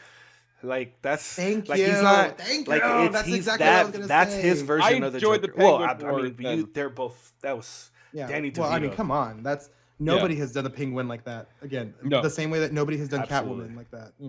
That's very true. But anyway, go back to Batman. Sorry. Go ahead. I'm sorry. I was just going back to Batman Forever. Like I thought it was a pretty solid story, and like I know I was reading some things about like a lot of people didn't like Jim Carrey's The Riddler, but for me that's just Jim Carrey. Like when you put Jim Carrey in a role, like he does no different from The Mask, from The Grinch to Ace Ventura. That is Jim Carrey. So he was just putting his own. He's the Riddler, and he's doing that. And also, I had no idea that Drew Barrymore was in it too, as playing the sweet, it's sugar and spice or sweet sugar. Yeah. But Tommy Lee Jones as Two-Face is just awful, especially since hearing that they were maybe thinking about setting up Billy D. Williams as Two-Face because he was Harvey Dent in the first two movies, or at least in the first movie. And Marlon Wayans was scheduled to be Robin. I did hear about that in the second movie, and in Returns actually. And as much as I did like Robin's origin story in Batman Forever, Chris O'Donnell as Robin. He's not a good actor. My God, that's let me. I agree with you, but also let me back that up though for a second. Batman Forever Robin, so much better than Batman and Robin. right, Because yes. that version of Chris O'Donnell's Robin was just far too slapstick for me. Love the suit because you take the cape off and that's the Nightwing suit. Yeah, and it made so much sense that that's where they were gonna go. Like him, like even him, like in like the Wayne Manor, and he's like doing all these weird flips. Like he goes from the ceiling, like to the top floor, and like swings to the chandelier. And I was like, give me a break. He's like, got him. That's but I mean, think about it. We're always complaining that things aren't comic accurate, and we finally get a Dick Grayson that's like doing his acrobat shit in the middle of Wayne Manor to figure out why he's being so secretive. It's the most comic book accurate way of like, Dick Grayson finding out that Batman is his adoptive father, Bruce Wayne. And I was like, I think it's good. I mean, I think his stupid acrobats in Batman and Robin is far more stupid than Forever, because I mean, come on, you're hanging on the side of a rocket ship going up into space. Get out of here, Chris O'Donnell. Yeah, that.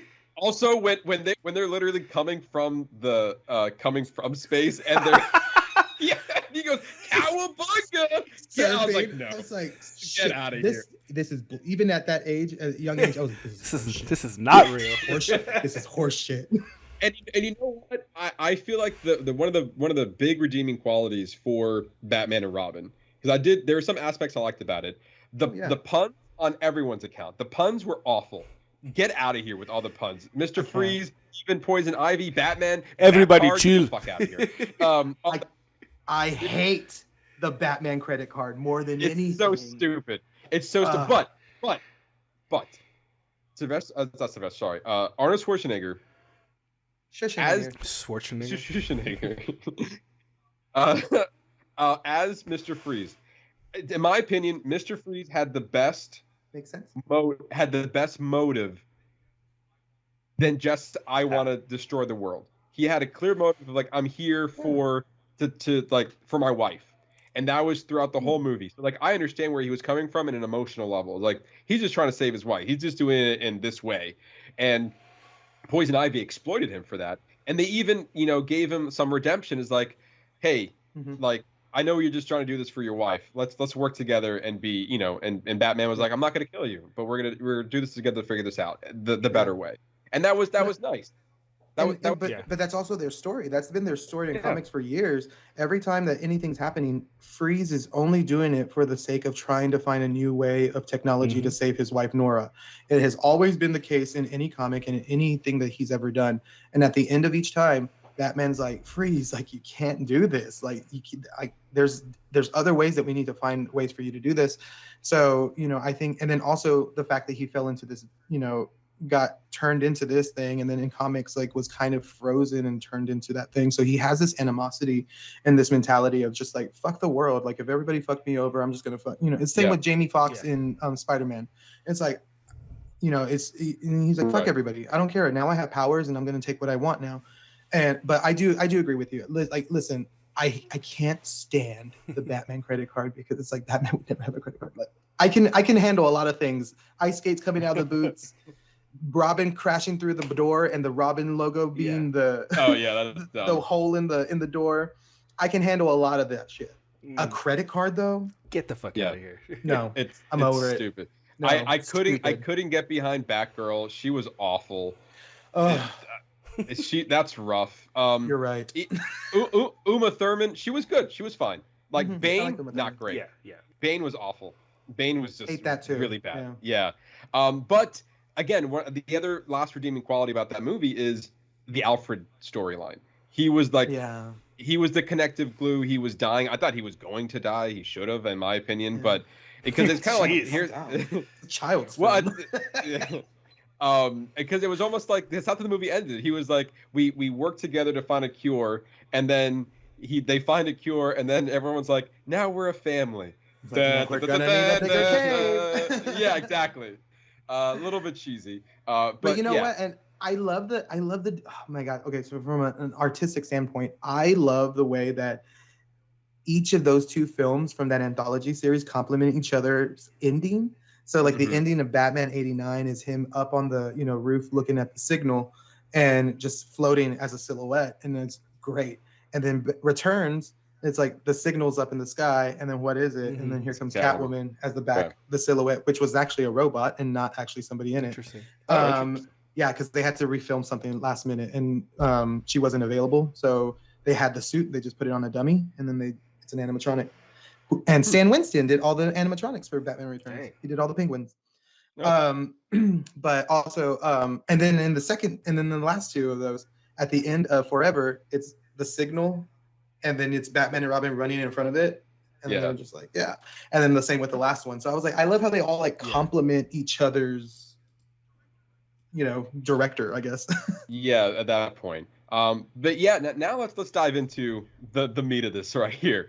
Officially, our spoiler review of The Flash, and we're kind of taking all those elements that from those movies as well as what's been going on in the Snyderverse, and now we have The Flash, which is a very interesting film to come out, given the future of the DC universe. So Estevan, we'll start with you. Your thoughts on The Flash? I really, really enjoyed it. And I know everybody's like, of course you did. But no, I know shit when there's shit. And like that Black Adam, that was shit. I was really upset about that. And we know. But this one I felt did such a good job at balancing a comic book as a film and giving me comic book style, because like I've been seeing everybody after it came out, they're like, why did the effects look bad? And before I even read anything, I was like, because it's supposed to look that way. It's supposed to look like a comic book. This man running so fast, like how does everything else around his world look? So I'm like, so I didn't really have an issue with that. I did have a few issues with it, but for the most part, I really, really, really enjoyed it. I think they did this multiverse better than, and I told this to Matt, and I will stand by this. I think they did this multiverse better than No Way Home, and obviously better than what's it, Multiverse of Madness. Like fuck that film. And but it did such a good job at showing all the different multiverses, showing the Speed Force in a different way than we've already seen it, and knowing how to get to another multiverse in some way, shape, or form, because we didn't really get that with No Way Home, of seeing like, how does the multiverse work? Can we see the multiverse itself? And then where would all of these things in line, and then making it so much sense to connecting things that never happened. So I will say this too. I think that people didn't like certain things because they didn't understand the background of certain things. So like with the whole Nicolas Cage as Superman, that I was like, shut the fuck up. This is crazy. Because after Returns, Tim Burton was already in talks and was Superman Superman Reborn. I don't know what it was called. But it was Superman something. It was Nicolas Cage. They already had a script going, and then it got cut, and it hit the cutting room floor and never made it. And it's such a deep cut for people to know that. And if you don't know that, you're like, this thing makes no sense. Why the fuck is Christopher Reeve here? Christopher Reeve. Why is Nicolas Cage here? And then the same with Christopher Reeves. I do believe that there are some effects that could have been a little bit better, as could have Nick Cage at one point when he turned. It was kind of like, all right. But for the most part, I thought it was really cool. And I kind of wanted to see I didn't know what I was expecting from Batman, but I think I understood it after the fact. And I think that the version of Bruce Wayne that we got in The Flash makes sense to me now, because I'm like, he's always been so moody in the first two, and he was just kind of like sitting in the dark, waiting for the signal to turn on. That's the whole premise of the second Batman film, is he's just sitting he has nothing to do as Bruce Wayne. That's why he hates being Bruce Wayne. There's nothing for him to do, so he just sits alone in the dark until the signal comes up, and then he's like, let's fucking go. So for this one, when coming back in, he was a little bit more light-hearted, I guess, in a sense, and was more on brand, not on brand, but more willing to like share his thoughts on certain things. And I'm like, this is weird. Why is this weird to me? And I was like, I get it, because he explained it in the film. Everything was fine after a while. Gotham City is now a beautiful place to live. There's no reason for him to be a dark, vigilante in the night. So now he's kind of work through his parents' death in a certain way, shape, or form, where it's not completely overshadowing his personality, but he still has it in the back of his mind. And he was like, great, cool. I helped clean up Gotham City, and now here it is. And I've never needed to do that again. So I'm living on my own. Alfred, this is how I deal with my parents. I still don't want to be Bruce Wayne out in the community. However, the community is safe now because I helped do that. So I was like, I get your personality now because you have nothing else to do. Like, so you've been able to kind of just like sit with yourself and be like, all right, we don't have to be so menacing now. But yeah, I think, I've always said this to y'all, and I say it to everybody else. The one thing that I was always upset with about the Flash, especially in the show, is Barry being like, my mom's dead. It was like, well, congratulations. So is everybody else's mom because of you. and it's like, get over it. But this one, I just feel like I felt that mother and son love, and I was like, oh my God, is Barry Allen Latino now? Yeah, I know, right? That's what I thought too. And but I was like, I felt like it was much more. I felt that on brand for Flashpoint in the sense of him wanting to see his mother, but I do appreciate the nod to Flashpoint because it's not really fully Flashpoint, but I think it did a really good job. And then I want to see a whole film of this version of Batfleck's Batman because I feel like he nailed Batman in a weird way, and I'm like, I think you like got it. I think you're it. Like, you know what I mean? Like, so I was like, okay, cool. Like, I'm here for that. I was surprised by the Wonder Woman, which I probably should not have been surprised about because we saw her at the end of Shazam, which in my mindset I was like, so then you're just showcasing who's going to stay, and then that was good. And then the Batfleck, I was really pumped about that. I wanted to see more. I was really, really, really, really, really hoping that we were going to see two Batmen on the same, like on the screen at the same time. And so I was a little disappointed about that. But this explains, and then this part explained everything from the first four from the anthology series. So at the end, spoiler alert, obviously, Barry comes back. He's fixed everything. He's having a great old time. Bruce calls and he's like, yeah, I'm here. He's like, I'm pulling up now. Bruce steps out of the car. And who is it? It's George fucking Clooney. And I'm like, shut the fuck up. I was like, that makes absolute perfect sense now. I go, because you know why? That means that every Batman film, or the four Batman films that we were watching were in different universes. And they were part of the multiverse. There's a version of Michael Keaton being Batman. There's a version of Val Kilmer somewhere being Batman. There's a version of George Clooney's, and they can all live together because technically each of those versions has a Barry Allen. Each of those versions has whatever. So that it makes sense why we saw different Batmen all the time, and also explains why you can constantly make new Batman stories with different Batmen and nobody is ever upset about it. So, but overall, I really enjoyed it. I mean, obviously there are some things that needed to be, that I would have wanted to see more and that they could have like tweaked.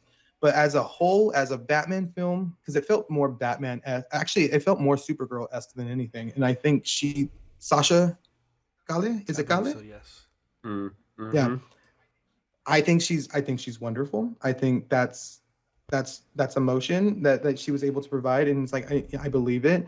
I love the idea, and then somebody goes, but like the villain. I was like, it's yourself. You're the villain. We are our own worst enemies, and that is what the entire film was proving. I didn't need a villain in the background just being like, all right, Thanos, this is what I'm gonna do after I have these stones, and then it's like the villain is time itself. The villain is you yourself, because we are our own worst enemies. Time is a construct, but time, we're all dying. Like we're all dying, and like that's some of the best advice I ever gotten was like, time is your friend. You utilize it the way that you need to utilize it, and Barry utilized it the way that he needed to utilize it, and it unfortunately fucked a lot of things up for everybody else.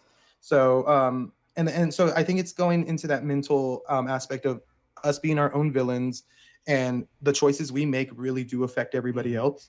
And it's crazy because and I'm gonna get preachy here, but like on a standpoint of like whenever I do customer service training for like a whole bunch of places, and one of the things that I always tell everybody is that I was like, can you survive without, you know, being like a really good person, or if you just wanted to do whatever you wanted to do, is that going to affect, you know, everybody else down the road?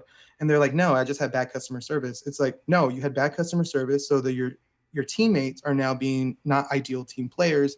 And then on top of that, you made the customer not want to come back because of your bad attitude, and then so forth and so forth and so forth and so forth. And so we have to be careful. And I always tell everybody, I go, you matter. And there's this whole thing where it says, it's a whole paragraph, but like my old typewriter was perfect. But one day, one of the keys messed up. So I took all the E's out of it.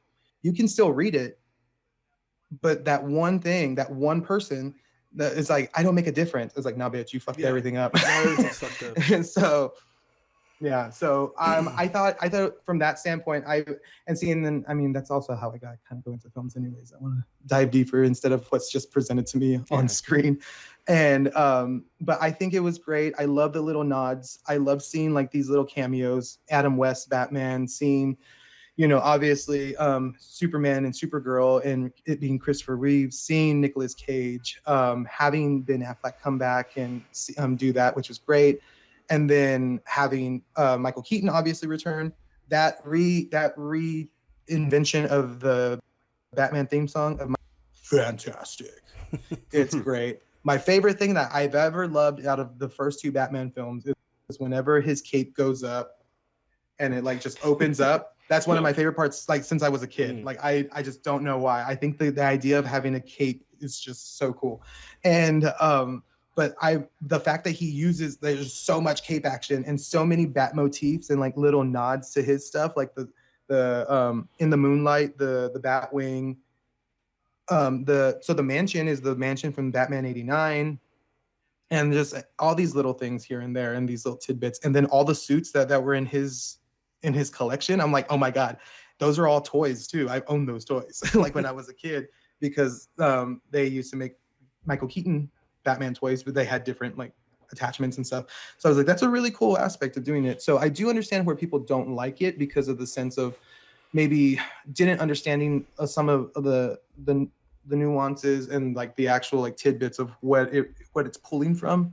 So if you're not into it and you're not into those deep cuts, I have talked to people and they were just like, I just don't like, why was Nicolas Cage Superman? And I'm like, that makes sense. Okay, I get it. I understand why you are having trouble with this.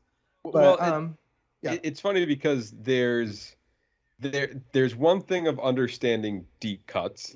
Like I didn't understand that reference. There's another of the story making sense. And I feel like in some cases, I'm not sure if other people are going to be having issues with understanding the story. Is the deep cuts necessary for you to understanding the story? Because if it is, then that could be potentially a problem. But Ernesto, your thoughts on the film? So I liked it. I did enjoy it. There's just like I didn't have an issue with the CGI until just recently. One of the visual effects artists broke down and says why the CGI. This is according they ripped this off of this the VFX artist who worked on the movie. They got it from his TikTok. Mulligan attributed the Flash's poor CGI bid to Hollywood's bidding process in a video shared on TikTok. Studios will approach VFX companies and say, hey, I have 2,000 shots I need for this sequence. And the VFX studios will place a bid on the quantity of shots. Here's the catch. The amount of work per shot varies dramatically. So one shot could have a wire removal, another shot could have a wire removal, smoke simulation, fire simulation, face replacement, and green screen. Despite the difference in workload between these two shots, they are considered one shot each. So they could have had like 2,000 really hard shots, and then like just like it could have been like one or two wire removals here. Like, so I actually wrote it off in the very beginning. I was like, oh, well, like that's just how he's seeing exactly like you. I was like, this is how he's seeing time through the Speed Force. Like everything looks very cartoonish, but apparently that's not the case.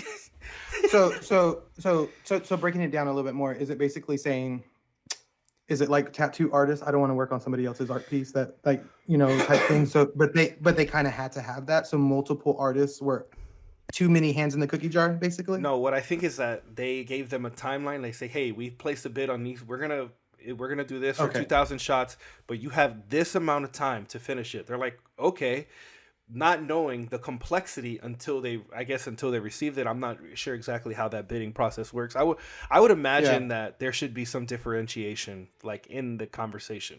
Like, well, this one scene is probably going to take 2 weeks to composite, or this one scene, and like, whereas this scene may take 30 minutes to just remove the wire. Like, but it's like this one sequence, like I can only imagine what it took to composite the scene in the very beginning, where they're the whole hospital scene where he's rescuing everybody. Like, that was obviously all completely CGI. Yeah. Oh, I mean, but yeah, they didn't throw babies off the not. roof. Ernesto, but you know, I would, but I don't know. I guess I was fine with that. But yeah, I am too. I liked seeing Michael Keaton's Batman. My problem is that they removed the Reverse Flash out of the Flashpoint storyline. But like, you're taking away the key thing that Reverse Flash does to the Flash, is that he kills his mom. Like, that's the whole start of it all. I think maybe we're supposed to learn about that later, but you're taking out one of the most key parts of the Flashpoint storyline. I mean, I was even okay with them changing, because in Flashpoint, the Batman you meet is actually, you meet Thomas Wayne Batman. And like, I guess Flashpoint in itself, you learn the alternate universe was so interesting, where you get like Aquaman is like this crazy ass dictator, and so is Wonder Woman, where she's just trying to conquer the world, and they're at odds with each other, and like Cyborg is like basically works for the government. Like, it was just so interesting. And Wonder Woman like killed Mera, didn't she? She like cut her head off and gave it to wore him. The crown. I was like, oh my god. That's right. She wears Mera's crown as like a taunting him. She's exactly. What are you gonna do? And like, we do get, but the Superman aspect that they translated to Supergirl, I thought that worked. I actually thought that aspect was probably one of the stronger parts of the film itself. I thought that part worked. I understood, them. I guess I just wanted something bigger to happen. I guess I just wanted the ending to be a little bit different. Whereas they kill Michael Keaton Batman. I mean, I understand the world, and they killed Supergirl. Like, that Supergirl's dead. I mean, did he stab her with a Kryptonian blade? Is like, how did he kill her? Like, you know what I mean? Yeah. That's my question too, because apparently there's like 3 other endings. That's what I heard. There was an ending with Michael Keaton at the courthouse or something. And it's basically showcasing the new Justice League. And then there's another one where Michael Keaton is doing something else, they said. But yeah, they had like 3 different endings, and I think it was supposed to have, I guess, go a different way. But I agree with you on the Flashpoint portion too. I would like to see Reverse Flash, but that also, but I kind of, in a sense, also feel like that deserves so much more screen time, as opposed to Flash running around trying to do all of this and then fit all of this into the film. The last thing I would want is to have a very poor villain of Reverse Flash, who deserves to be a very prominent villain, and give it the sequel. Let him be, and then you can rewrite it. You can always find a way to go back into time. Obviously, we destroyed the timeline. My theory, this is what I was pitching to Matt. I said what I actually thought was going to happen is, I thought with him going back and meeting Young Barry and creating that whole thing, I thought that he was going to turn Young Barry into Reverse Flash. Like, I thought that was gonna, and I was like, damn, that would have been cool. Like, this is how Reverse Flash is born. This is how he's created. Like, he moves throughout time. So then, even if they don't bring back Ezra Miller as Flash, he could be Reverse Flash. But it ended up being like just the Dark Flash stuck. It was Barry himself stuck in a time loop from that from that universe. I mean, it was fine. Yeah. I didn't run into any problems with that aspect of the movie. Like, to your point, I thought it was fine. I think once the first shard went through, like, the younger Barry, I was like, oh, okay, this is what there it is. Yeah, this is where we're going. And also, like, it was such, in a way, the Dark Flash aspects was such a small part of the movie. But then again, when you think about it, you were kind of seeing the origin of the Dark Flash even though I felt like that Dark Flash and Young Barry stuff was just too quick. It was too quick for me to care, and it ended way too quickly for me to feel anything once it was resolved. It was like, okay, so you see all these worlds coming together, and another part that I had an issue, granted, I'm not big into the DC world like, say, Estevan is. So, like, when you... I understood the Nicolas Cage reference when I saw it. Mhm. I understood that these were other... Obviously, we saw Adam West Batman, Christopher Reeves Superman. I get all that. But in the sense, it was CGI cameos that really was only there to serve one purpose, to be a cameo. It had nothing to do with the story. It didn't do anything. You could have had that scene out, and the movie is the same. It didn't mean anything as far as like other worlds are happening. It's like we knew that because all these other characters from these other films are here, and we understand that it was coming together, and then you destroyed Dark Flash, and they pull apart, and then that's it. Yeah, that was it. I think. What were you gonna say, Ernesto? I think that they put it in there because Flashpoint is the reset button. So what better way to pay homage to everything else that DC has done before and to kind of make it canon than to throw it a lifeline? Like Christopher Reeves, Nicolas Cage. Hey, if they ever wanted to bring Nicolas Cage back, that one scene could set him up to be as like an Elseworld. Because James Gunn did say that they were gonna dive into Elseworld stories, which is basically like they're gonna into more of the multiverse stories, not just focus on the main timeline. So any of these things could very eventually come back, or it leaves them connected so that you can go back and enjoy them and still feel that connectiveness to the entire to the DC new universe as a whole. Yeah, James Gunn did say that like the Batman, Matt Reeves' Batman, and the Joker, the Todd Phillips Joker, those are already Elseworld stories. So he's already said that. Like, this is his own thing. As our Teen so, like, Titans, Right, exactly. So like, these can all exist out there, but here, and he's very vocal. He'll tell you what's the DCU and what's not. He which I respect, and then it also again leaves rooms for other stories to be told outside of that. And he's making that known very early on before, things get crazy and his world starts becoming more prominent. But I know you guys gave praise to Supergirl, I guess Superman. Is it Supergirl? I guess it's Supergirl. Supergirl, Supergirl and Michael Keaton's Batman. I ran into quite a bit of an issues as far as, again, aside from a cameo, I enjoyed Michael Keaton's return as the Batman. I just don't understand how he understood the multiverse. He was explaining it to the Barrys like he experienced it. He's the smartest he's guy the in the world's world, greatest bro. detective. He's still detective. And he still has all his technology. No. There was nothing that told me that he understood what the multiverse was. I can agree with you that he's the smartest man. You could argue that point. You could argue that point both ways, though. You don't know that he does know. You don't know that what he's read. Did they tell us every single book that Batman has read?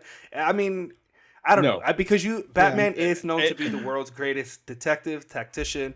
Like he figures shit out. So even if he didn't know in that very second, like, I could see him being believable. Think about all the adventures and everything he's seen from before.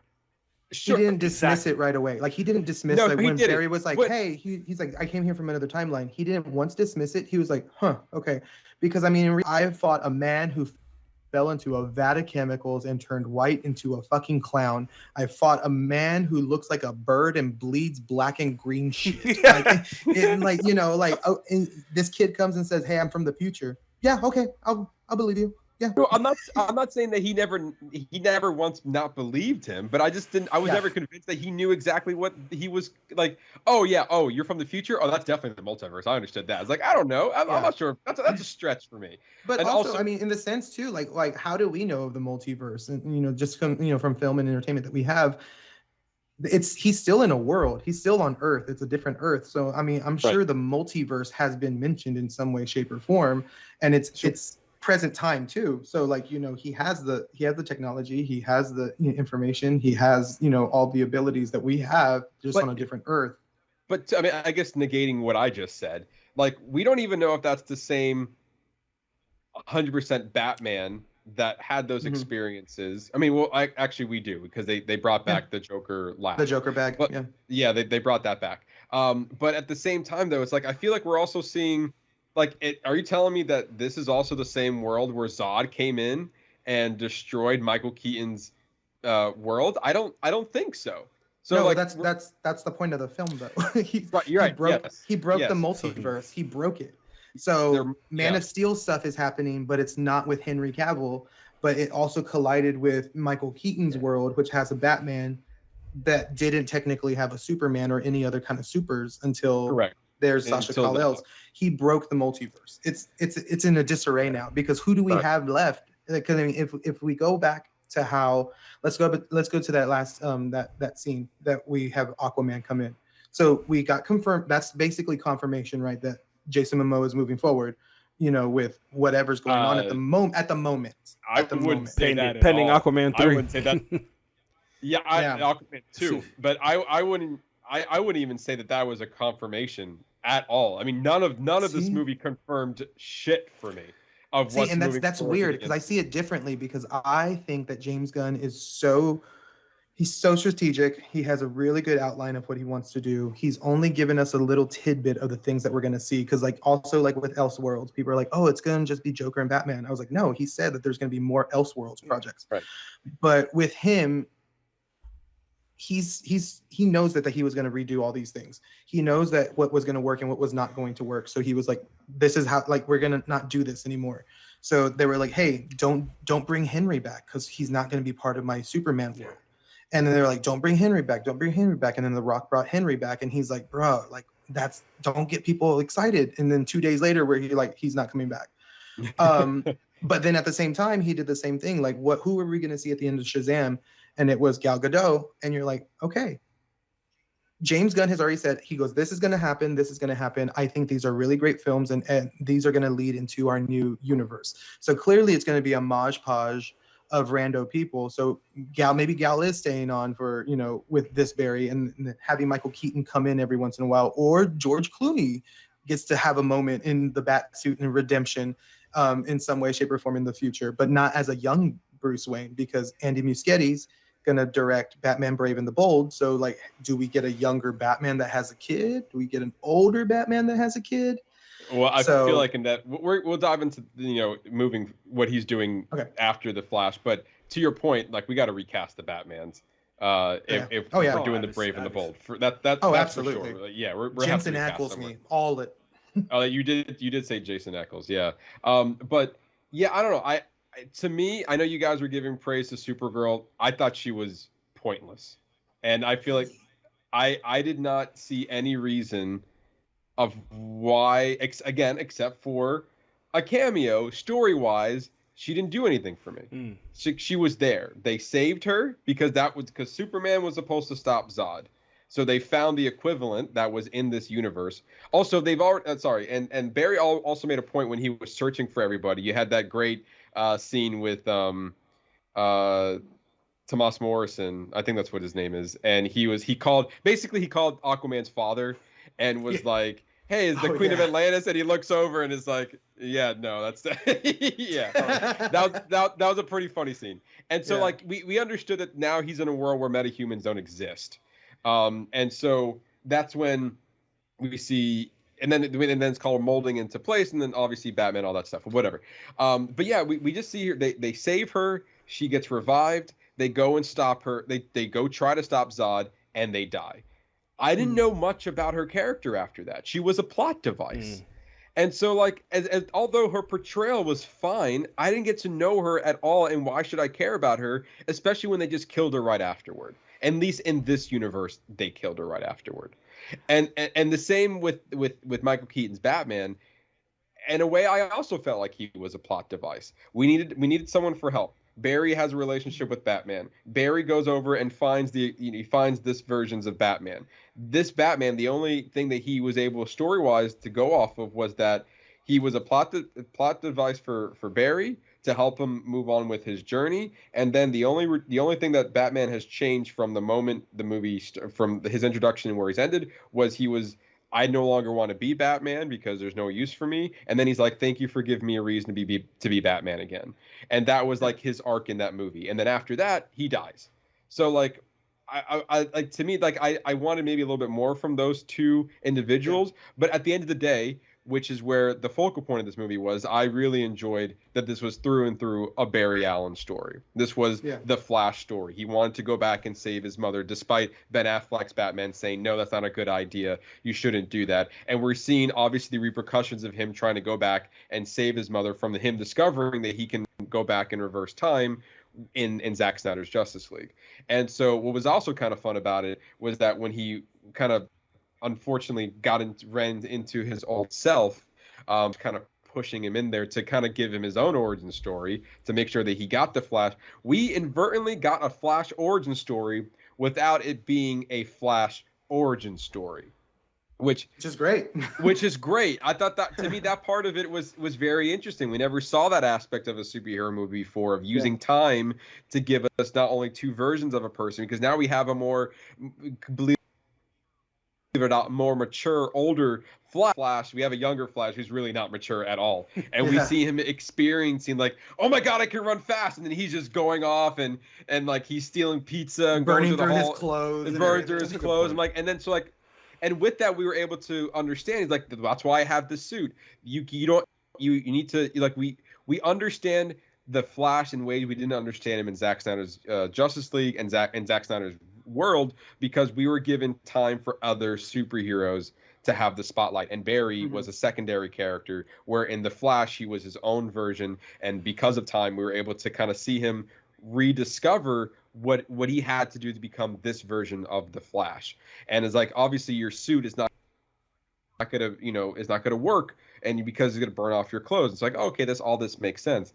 And to me, when he was even more fun, and I love this part about the movie because I'm a big Back to the Future fan, and maybe people didn't get it, and this is part of those deep cuts where it's like Eric Stoltz, I know who Eric Stoltz is. This is fantastic, and we just ran with it. And he was like, Marty, no, that's Eric Stoltz's Back to the Future. The whole bit was fantastic. I loved it because I'm a fan, and that's part of some of the reasons you were explaining how you love those cameos and those Easter eggs because you're a fan of that, and I'm not as much into it. But that little Back to the Future bit, I was here for it. He's like, respect, because you mentioned Back to the Future. Yeah, not only that, like, you went deep cuts with Eric Stoltz, and like, that was the whole movie. And then the whole thing with like Top Gun, he's like, like, who did he say was in Top Gun? He's like, with that whole gay scene with the volleyball. He said that he said something about Footloose, and they named another actor, and he's Kevin like Bacon. He's like, Kevin Bacon was in Top Gun, and Tom Cruise was in Footloose. Was in it was in Footloose or something. So I was like, that's cool. I will say this about the cameos too, because I'm much more happy with the fact of giving me cameos for the sake of cameos to showcase that there are different worlds, as opposed to giving me cameos and giving me hope that I'm going to have some sort of storyline. I'm looking at you, John Krasinski. Well, not John Krasinski, but I'm looking at you, whoever directed, Multiverse of Madness, because you gave us a whole fucking scene when we thought we were going to get a lot more, of them doing stuff, and then afterwards, oh, by the way, he's not your Reed Richards, and it's like, okay, cool. So Sam Raimi is the name you're looking for in that. Sam Raimi, there you go. Looking at you, Sam Raimi. And but I'd rather have these cameos for the sake of cameos, just to recognize that there are other worlds, and that there are other universes that can have these characters in different ways that we never thought that they could exist.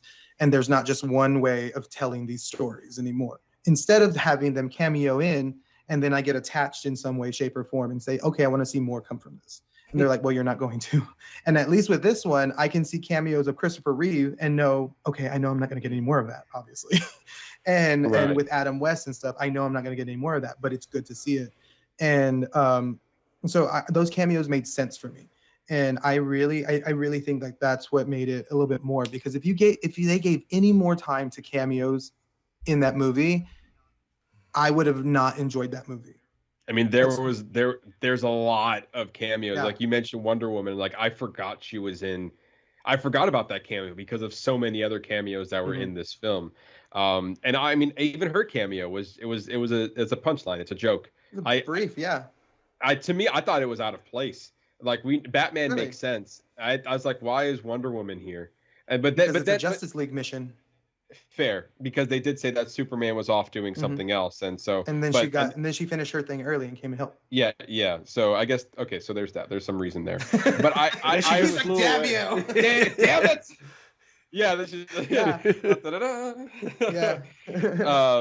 But yeah, and then I feel like if anything, what I enjoyed about it more was, and it's funny because we were going back and forth before we were recording this episode, was you were saying this was a better version of a multiverse story than Spider-Man No Way Home. I strongly disagree with you. But also I think the conversation here is what counts as a multiverse story. What is your version of a better multiverse story than my better version of a multiverse story? Because if you look at Spider-Man No Way Home is a multiverse story where we're just dragging other characters into a world of the MCU. That is what that multiverse story is, and nothing more. It's kind of very not as complicated when you think. We have these villains from other movies that we know of. You pull them into the MCU. By the way, I have no hate for No Way Home. Sure, I know that. I understand. Sure you do. I understand that. So, like, to me, that's like a more of a simplified version of it. We're just grabbing people into this existing MCU world, whereas The Flash is much more complicated than that. The No Way Home is dealing with other worlds mixing with our own, whereas The Flash is dealing with time as well as other worlds. So it's a little bit more of a tougher pill to swallow of trying to fully understand exactly what was going on in this movie, because he was also time traveling, but when he was doing that, he was not only mixing up the fabric of his own reality, but also other people's reality that he was unaware of, and kind of in that scene showcasing all those different cameos. And I just made sense of that whole thing at that point because of time and space. But yeah, anyway, it deserves a rewatch. It does. Yeah, well, you said you saw it twice, right? Mm-hmm. Yeah. Yeah. Okay. So there's my rewatch. I think I'm gonna take Lucy today because she hasn't seen it yet. Okay. But yeah, so like there's that aspect where it is dealing with time and with different worlds and time travel. So yeah, so in a way, it's actually kind of sort of like Back to the Future, because when Marty McFly goes back in time and he goes back to his present time, his actions he did in the past affects the future. In this case, in Barry's sense, it's that his actions definitely affected the future, but it's also affecting other worlds that he was unaware of. And the Dark Flash was making it worse and worse and worse because he was like altering other parts. And so like I didn't hate this movie. I actually also liked it. I just feel like I wanted a lot more from it. I see what you're saying. And also like I feel like this was one of the better DC EU movies that I've seen in a while. But as far as like, I mean, we're talking, is it better than Zack Snyder's Justice League? I don't think so. But is it better than like Black Adam? Yes. 1984? Yeah. Like we got some winners there. Do you think, Ernesto, do you think it was better than the Shazam 2? I don't know, actually. I don't know. You think I'll so? say yes on that one. And I mean, I would only Shazam say too. yes because of the inclusion of Batman, like the heavy inclusion of Batman in this film and the Flash. I mean, two of my favorite heroes. You know. Yeah. You know what? And kind of as we're talking out loud, that kind of makes sense to me now too, because like if this was purely a Flash film, and it just being the Flash and him having a villain, say Captain Boomerang or whatever, it might have fell on deaf's ears a little bit more, but that was the whole idea of doing this film first as a multiverse to kind of like move forward the DCU, and then also showcase and then showcase at the same time. But like everything that you've ever seen can exist. So it's like it's okay, cool. Like, great. Thank you. So it's all canon. But with all that, I felt like even the cameo for George Clooney, to me, that was not a good way to end the movie. Like, not to say that I had any problem with George Clooney making a cameo in it, but like, what does that mean? Yeah. Like, what? Okay, thank you. Like, that's exactly the same thing. What is? So what's the point of this ending? Like, I understand as far as the movie sense, right? You were this whole movie, and you realized that because of your actions and then also your interference with your own self, you and a version of yourself turn into the Dark Flash, just trying to save everybody. When you realize that, and that version of Barry realized you can't save everybody. Some things are just a fixed point in time, and Batman and Supergirl are gonna die here, trying to defeat Zod, and your mother is always going to die. That's something you can't fix. So with that, that's your story. So then, in a very clever way, mind you, instead of like, okay, so what can I do to help my current situation? Well, I know that my father is incarcerated, and he's about to go on trial, and so like there's camera footage that doesn't really help him. But if I move the tomatoes to the top shelf, then has forced him to look up for something very small instead of something more bigger than maybe saving his mother in that sense. So at that point, it's like, okay, respect. I like that ending. They should have stopped it there. They should have stopped it there, because then you introduce George Clooney and saying like, well, even moving the tomatoes still has a repercussion. And that's it's a what I butterfly got effect. Yes. Like, a sound of thunder. One butterfly that was stepped on completely rearranged the entire world when they came back in time. So it's the same with him. Like, no matter what he does, because I mean, a single grain of salt is going to be something that feeds into something else. So it's no matter what he did, it's going to change something. And I think that's the mentality of knowing that this is what's coming. And with that cameo at the end of it, I think that was very much that question of like, what does this mean now? Like, are you back? Do you get a chance at doing Batman again? Are you Batman Brave and the Bold? But then it goes back to what Ernesto was saying about Reverse Flash. I would have loved for him to have a Reverse Flash, but how do you get that character now, since we kind of already did Flashpoint? Well, all he has to do is run back in time one more time and change up his Batman. And then also within that Batman, you can find your Reverse Flash within there in some way, shape, or form. However, obviously you can rewrite it, and then they can give you a good storyline on how this would happen. But yeah, George Clooney ain't going to stay on as Batman. Like, I full-heartedly believe that is not happening. He is not in the DCU as Batman Bruce Wayne. However, we might see him one more time, just because he was the last one that we saw. So you have to make a mention of him. If we get a new Batman for Brave and Bold, how do we get Jensen Ackles as Batman as opposed to who was just, George Clooney? It's like, oh, well, Barry went back in time one more time. But I don't think that's the case, though. I think wherever Barry is, I think he's just lost in time. I don't think that universe is going to, like, the DCU that James Gunn is building has nothing to do with the future of, like, the ending of The Flash has nothing to do with the DCU. And because of I see what you're saying. Okay. See what I mean? So like he didn't go to the DCU universe. He went to his to the modified version of his universe. Correct. Yes. Okay. So I can respect it even more now. because now think about it in succession, sir. It just ended. So this version of this DCU just ended with George Clooney, and we're never going to see it again. That's the end of how it ended. Yeah, now we just have speculation. Exactly. I don't know if Matt, I know you told me you listened to it, but when James Gunn was on Michael Rosenbaum's podcast, he was mentioning that Blue Beetle is he said Blue Beetle is the first movie, it's the first movie in the DC universe, but Superman Legacy is the first DCU universe. Movie. So he stated that the Blue Beetle is the first DCU character that's being introduced, and then Superman Legacy, I think it's called, is going to be the first DCU movie, like full-fledged movie. So, but he's basically saying, and pretty much the only person that he said that the Blue Beetle is moving forward in the DCU, and that is the Blue Beetle, not that guy playing him though.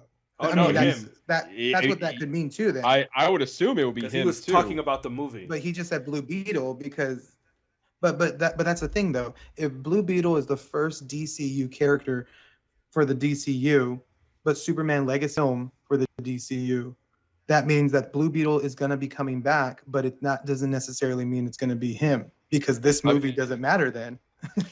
To your point, that's one way of looking at it. Yeah. But because you make a good point, the other way of looking at it, and I feel like that's where me or Ernesto is at, like this is this character, this film, this is the origin story, and it's moving forward.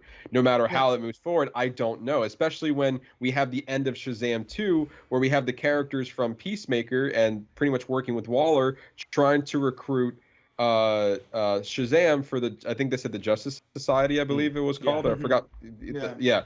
So it's kind of like, all right, so then what are we doing here? Because we do have teases, but are they going anywhere? Like I don't know exactly what the future holds, and James Gunn being very close to the chest about exactly what his bigger plan is. And at this point, we can even talk about this aspect of it, because not great, was that they're considering this movie as a financial disaster.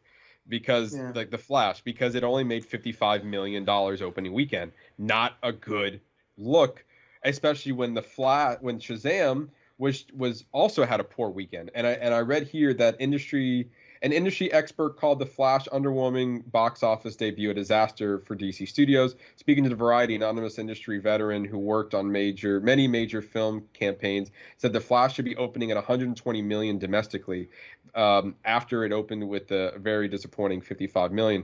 This is an unmitigated disaster, he added, because he said because the DC Studios, as far as their 2023 release schedule, had Shazam 2, Flash, Blue Beetle, and Aquaman 2. Between all the campaign budget they've had, it will cost about $1.1 billion between all four of those movies. So between those two movies that's already out, halfway there, they're not even close to doing that. So that means a lot of pressure is on Blue Beetle as well as Aquaman to kind of recoup any plus. It doesn't look like it's going to happen. And that's the same with the other side with Marvel too. I mean, we have been hearing it for so long, and I'm a firm believer in it too. But it's like we are overstimulated with superheroes. Like we are. It is like one of the reasons I enjoyed Matt Reeves' Batman was just because it was basically Taxi Driver, and it's basically a gangster film. It felt original, and it felt like, you know, that gravitas of like Batman '89, that gangster film again. And because I mean, if you think about it, back in the day, that Batman '89 could, like I said, live within all homes, and nobody was constantly being like, more superhero, as opposed to now. Marvel kicked off that whole, you know, the Marvel, which they did a great job with. But now, I mean, this less than underwhelming, like less, and it's just like. Besides, what are your thoughts on Guardians 3 though?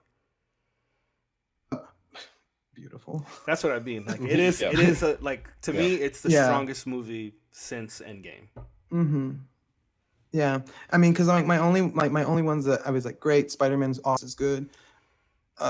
Wakanda, I mean, that's just, I felt like that was more of a tribute than anything else of trying to move the, you know, the universe forward.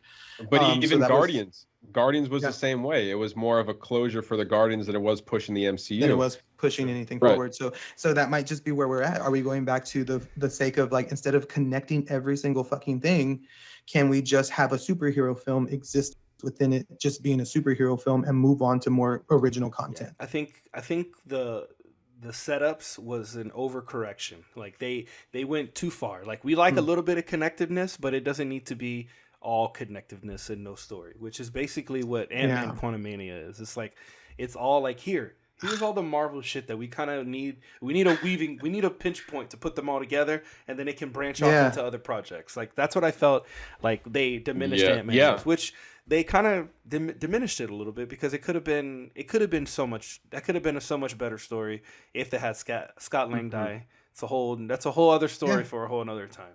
But I think. Yeah, but I think same with Multiverse of Madness. If you would have been longer than just an hour 45, you could have done a lot more with that film. True. But I think a lot of the issues that has to do with this movie in particular was obviously all the issues with Ezra Miller during production. Mm-hmm. I mean, okay. Like, can I ask this then? Because we've had this conversation, and are you able to separate art from like reality and the person? Yes and no.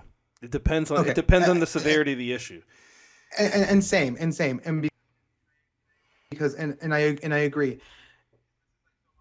Because this is like so hard, and don't take this as any way, and whoever's listening to this either, don't take it this any way that I support any of this, but in the sense of, I can separate the art from the person and still absolutely think that the person should leave the franchise and not do anything with it anymore. But I can appreciate what was given to me at that moment in time.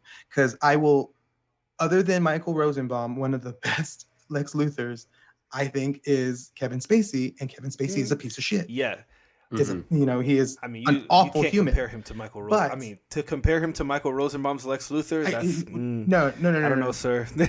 Those are two different things. But I think Kevin Spacey is a really good Lex Luthor for that version, and I thought he did a very good job with that. And so whenever I rewatch Superman Returns, I'm able to watch that as Lex Luthor and not so much as Kevin Spacey.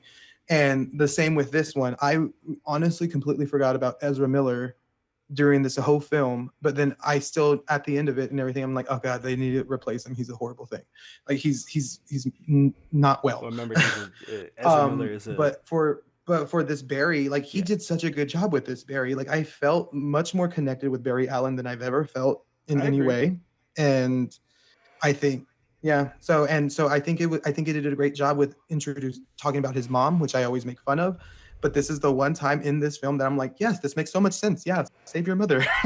And as opposed to Grant Gustin being like, I'm my mom. I was like, fuck your mom. And also, like, go ahead, man. But also, I'll just say one of the issues that I had with that whole, saving mother storyline is that there wasn't really any explanation of how or why she died. Because the Reverse Flash kills his mom.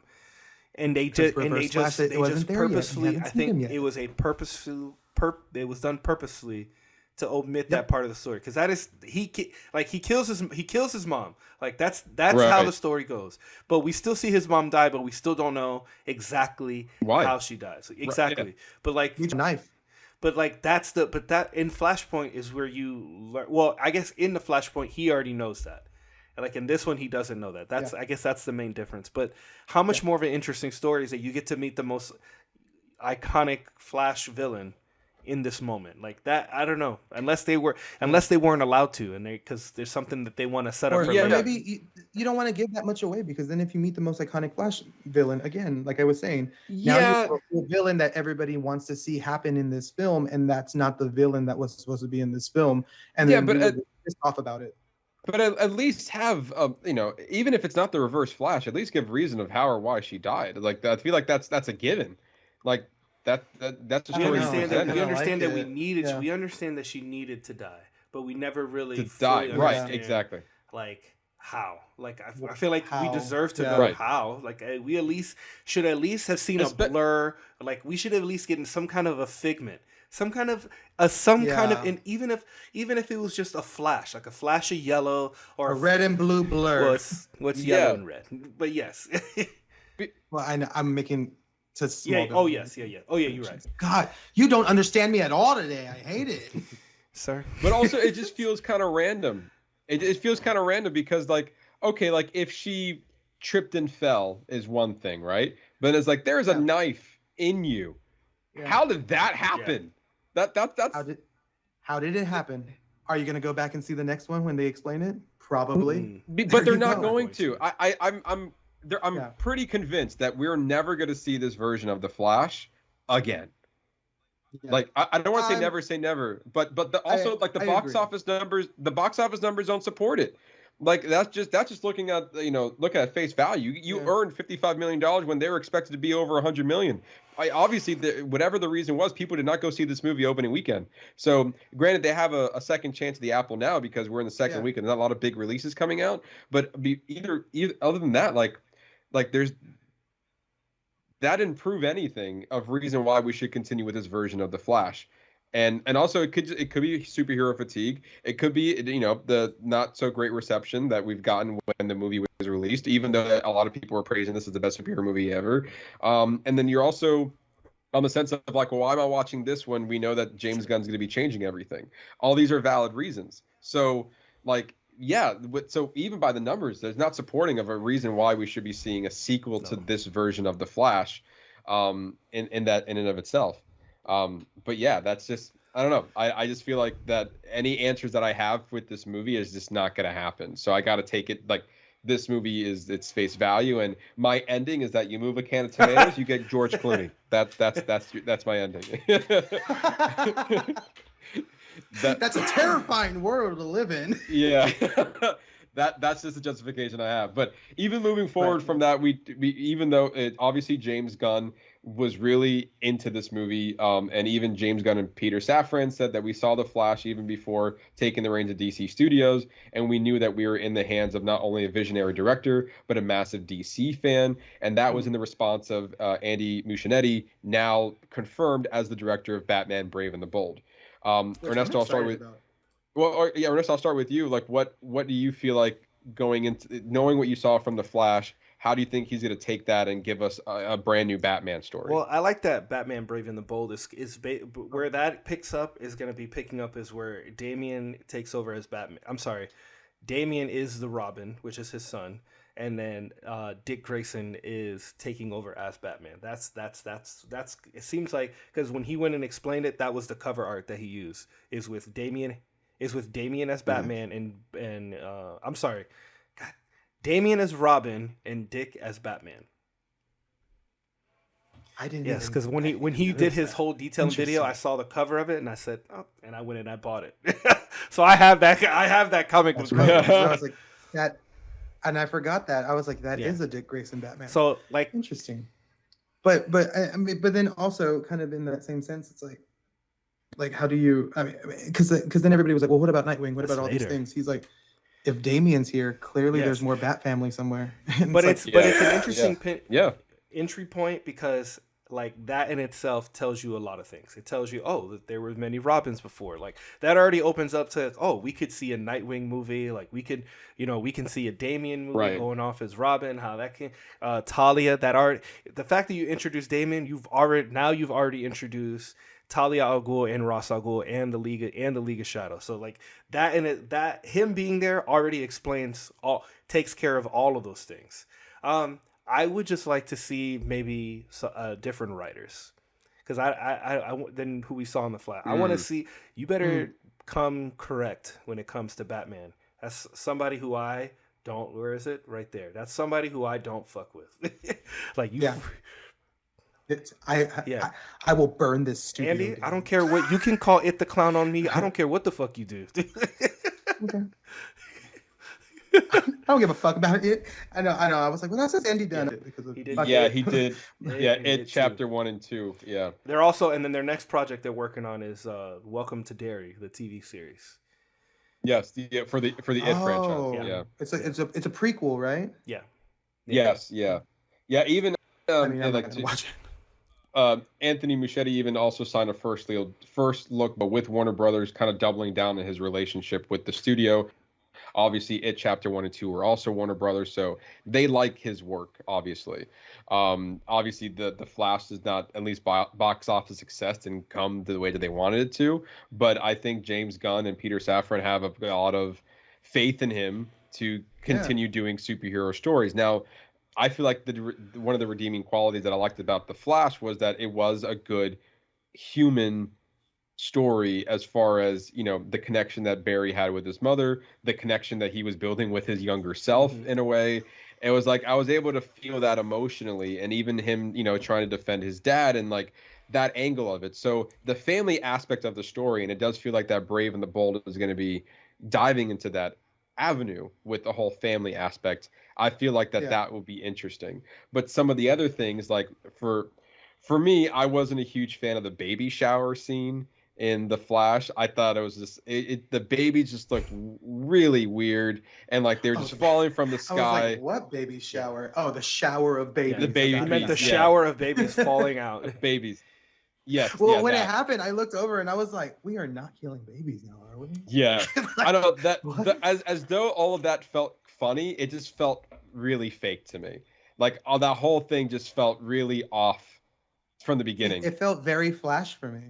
Because Flash is he's the only one that's usually ever really saved babies like that. Like Superman may have saved a baby or whatnot, but Flash is usually the one speeding around, making sure that nothing happens.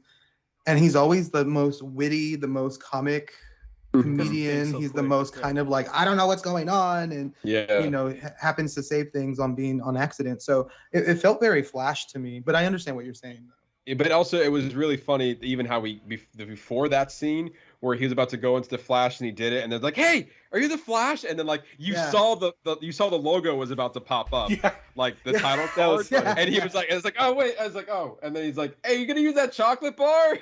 And, throw it over.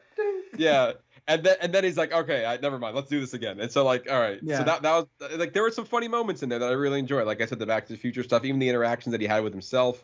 The tooth was a little weird, but either that. But that was weird too. I didn't really get that. Yeah, I didn't get that either. Yeah. But there's an aspect of the movie that I totally forgot about that I was going to talk to you guys about, was that I went out of town over the weekend and I saw The Flash while I was on like this little mini, away. I went to Albuquerque. And for those who don't know, I said I'm a big Back to the Future fan. I have this poster. I have like a couple of the actors who signed it, and I went to Albuquerque to have 4 more people part of the film sign the poster. So with that, I explored. So that was like a total of like an hour of my experience of Albuquerque, but I decided to extend it to make it a weekend trip. I went around. I toured Albuquerque in this little trolley store. There's like this sky tram that takes you into the mountains, which is pretty cool. But the other thing that I did was that I saw The Flash. And for some people, it's like, why the hell are you go see a movie when you're on vacation? Valid, but also, yeah, I know. I was like, I would all the time. We're box office bitches, of course we're gonna. But what I wanted, there was an experience that's not really available here in Florida. I think the only ones available is in Miami, but it's called ScreenX. It's brought to you by Regal Cinemas. That they have this experience, and let me grab my phone real quick so I can at least show you guys. But there is. You had showed me. I was like, where the hell are you watching this? Yeah. It's like an immersive Van Gogh exhibit. I was like, what is this? Immersive Van Gogh exhibit. So this is, for those who are watching on YouTube, this is what ScreenX is. You have the movie in front of you like it normally is. And this is from a floor-to-ceiling screen. So it's a fairly big screen. And then you have projectors that are projecting from the left and right of it, and they're projecting added elements to it. And so the version that I'm showing you right now is basically when he's this is the beginning of the movie where this is where the ScreenX started. And to me, I was like, whoa, this is wild. Pretty cool. And yeah, that's real cool. But the thing is though, and maybe you can't really see it here, but look at the coloration between what you see in the middle of the screen and look at the coloration you see from what's on the side screens. This is it's night and day of a difference there of what you're looking at. You can kind of see it here. Yeah. So it's a night and day difference. And so I learned very early. The film wasn't meant to be filmed for that. So you got to get an experience from a theater that is able to add a little bit more. It's like whenever you go watch a D-Box film. Not every freaking film should be in D-Box. Like nobody gives a shit. Like I'm not gonna go watch Scream in D-Box because nothing's happening. But Jurassic World, like you're like on D-Box, like it's like a whole ride. So I mean, it's just added elements from theaters because technically it wasn't filmed that way. As opposed to like Christopher Nolan saying like you have to see my movie in IMAX because it was only filmed with IMAX cameras. So granted, yes, and so this is just an extra level of immersion. The only problem with that is that the vis effects that you see in the front of you is not the same that you have on the side of you. So literally, when he's like going through town and you see like he's zooming past. No, let me rephrase that. It's not always on. It's basically turned on when the action happens, and then it turned off when the slow parts of the movie was going on. So that when it did turn on, and I'm looking, and I'm kind of being immersed into this experience. I look left, I look right. I'm like, oh, okay, look at that. And then I was like, oh, wait a minute. Oh, this is bad. So they're rendered. It's almost like here's the finished product in front of you of a cityscape, and this was how it looked like 3 stages ago in like this computer rendering form, and you're like, because it's all stretched out. Oh, you can see everything. Yeah, it's stretched out. It's like a 3D model, and then the finished product in front of me, and I was like, ooh, that looks bad. So like when he's going through the Speed Force, and like the shot I just showed you, it looked great because everything is moving and we're fine. But when we take a beat, and I look a little bit to my right, and I was like, oh. Nope. Look, going back to the center. Don't look at that. Yeah. So basically, I had to treat the movies like I can't focus on the side screens. I got to focus on this, and I just have to know that there are stuff happening in my peripherals. But when I start looking at it, then it's like, not great. So at this point, I was happy that I experienced it in ScreenX, but then at the same time, it's not a version I would want to go back and revisit. Yeah. Unless the film was filmed and presented in ScreenX, and then like across the the viewing platforms for everybody, it's like, hey, you have to go see it in theaters because we filmed it with extras for ScreenX. As opposed to you getting an immersion experience from a theater that provides ScreenX. So they probably added their extra features to it. Sure. That's why it looks bad, because it wasn't like the director himself didn't film it for ScreenX. You know what I mean? But again, it was just added layers. It was just all it was. It was just like, so you're in the city, you see more of the city. He's going through the Speed Force, you just see more of it. Like when he was I think the Chronom, what was it called? The dome that he was in, where he was seeing all those like past versions of himself. There was a name for it. You see more of that in the screen, but it's not. There's nothing that you won't see that you won't get from the movie that if you just saw it normally. It just is added features. But yeah, it's not a version of our. We have Dolby, we have IMAX, and we have 4DX. And 4DX is where the chair is moving, and I, depending on the movie, I can really enjoy a good 4DX movie, which Ernesto knows when I feel like. I think this would have been fine for 4DX, yeah, especially when he's driving, but like Fast is the movie to see in 4DX. We don't have 4D. No, I think we do have a 4DX, but we have mostly just D boxes, which are the same thing. The same thing. Okay, yeah. But anyway, final thoughts, Estevan. We'll start with you. I really enjoyed it. I think it's a really fun. It's a fun way to either close out the DCU, or if James Gunn decides to use some of these characters again, it's fun to see where this is gonna go. Having and then I've said this multiple times. Michael Keaton is my Batman, but Ben Affleck is the Batman. So getting both of them into this film was great. It was good to see Ben do Batman again and Bruce Wayne. I think he's a great Bruce. And seeing Michael Keaton kind of come back on and take on that role of Batman again and pick up. Also, can we just talk about for a second, like him picking up this whole role again, and it just working for him. Like, I'm like, good for you, bro. And I think the other thing too that I always kind of was excited about is the fact that everyone's like, well, Batman never did all that stuff, or Michael Keaton's didn't do that. I was like, because there was no effects. Like everything was done practical back then. I go, and now you have the ability to let Batman fly with his cape, or let him fall down, or do like backflips or whatever he was doing. And I was like, and it makes more sense now. So I really enjoyed seeing that aspect of it. Being able to see, Barry and kind of having this story with his mother and this son storyline that felt much more real than I've seen it in past recently. So I'm excited to see where this goes. I'm excited to see where Andy takes Batman Brave and the Bold. But overall for this one, I'm an 8.5 on this one. I really enjoyed it. Ernesto? I liked it. I think they gave us an ending. I feel like maybe before James Gunn, maybe the movie probably would have been a little different, but I think maybe he came in and kind of tailored it to be with something that can be easily transferable into his universe. So it was fine. I agree with you, Stev, about Batfleck being really good. If he's not going to be Batman, what I would love to see is an Elseworld story of him doing The Dark Knight Returns in maybe like 10 years. Yes, dude. Like I've been wanting that since Batman v Superman, because at the end of Batman v Superman, he already wore the suit. You see him standing on top of. He wore the suit. You already see him standing on the tank, with all the thugs like wrapped up. So it's like you have everything you need for that.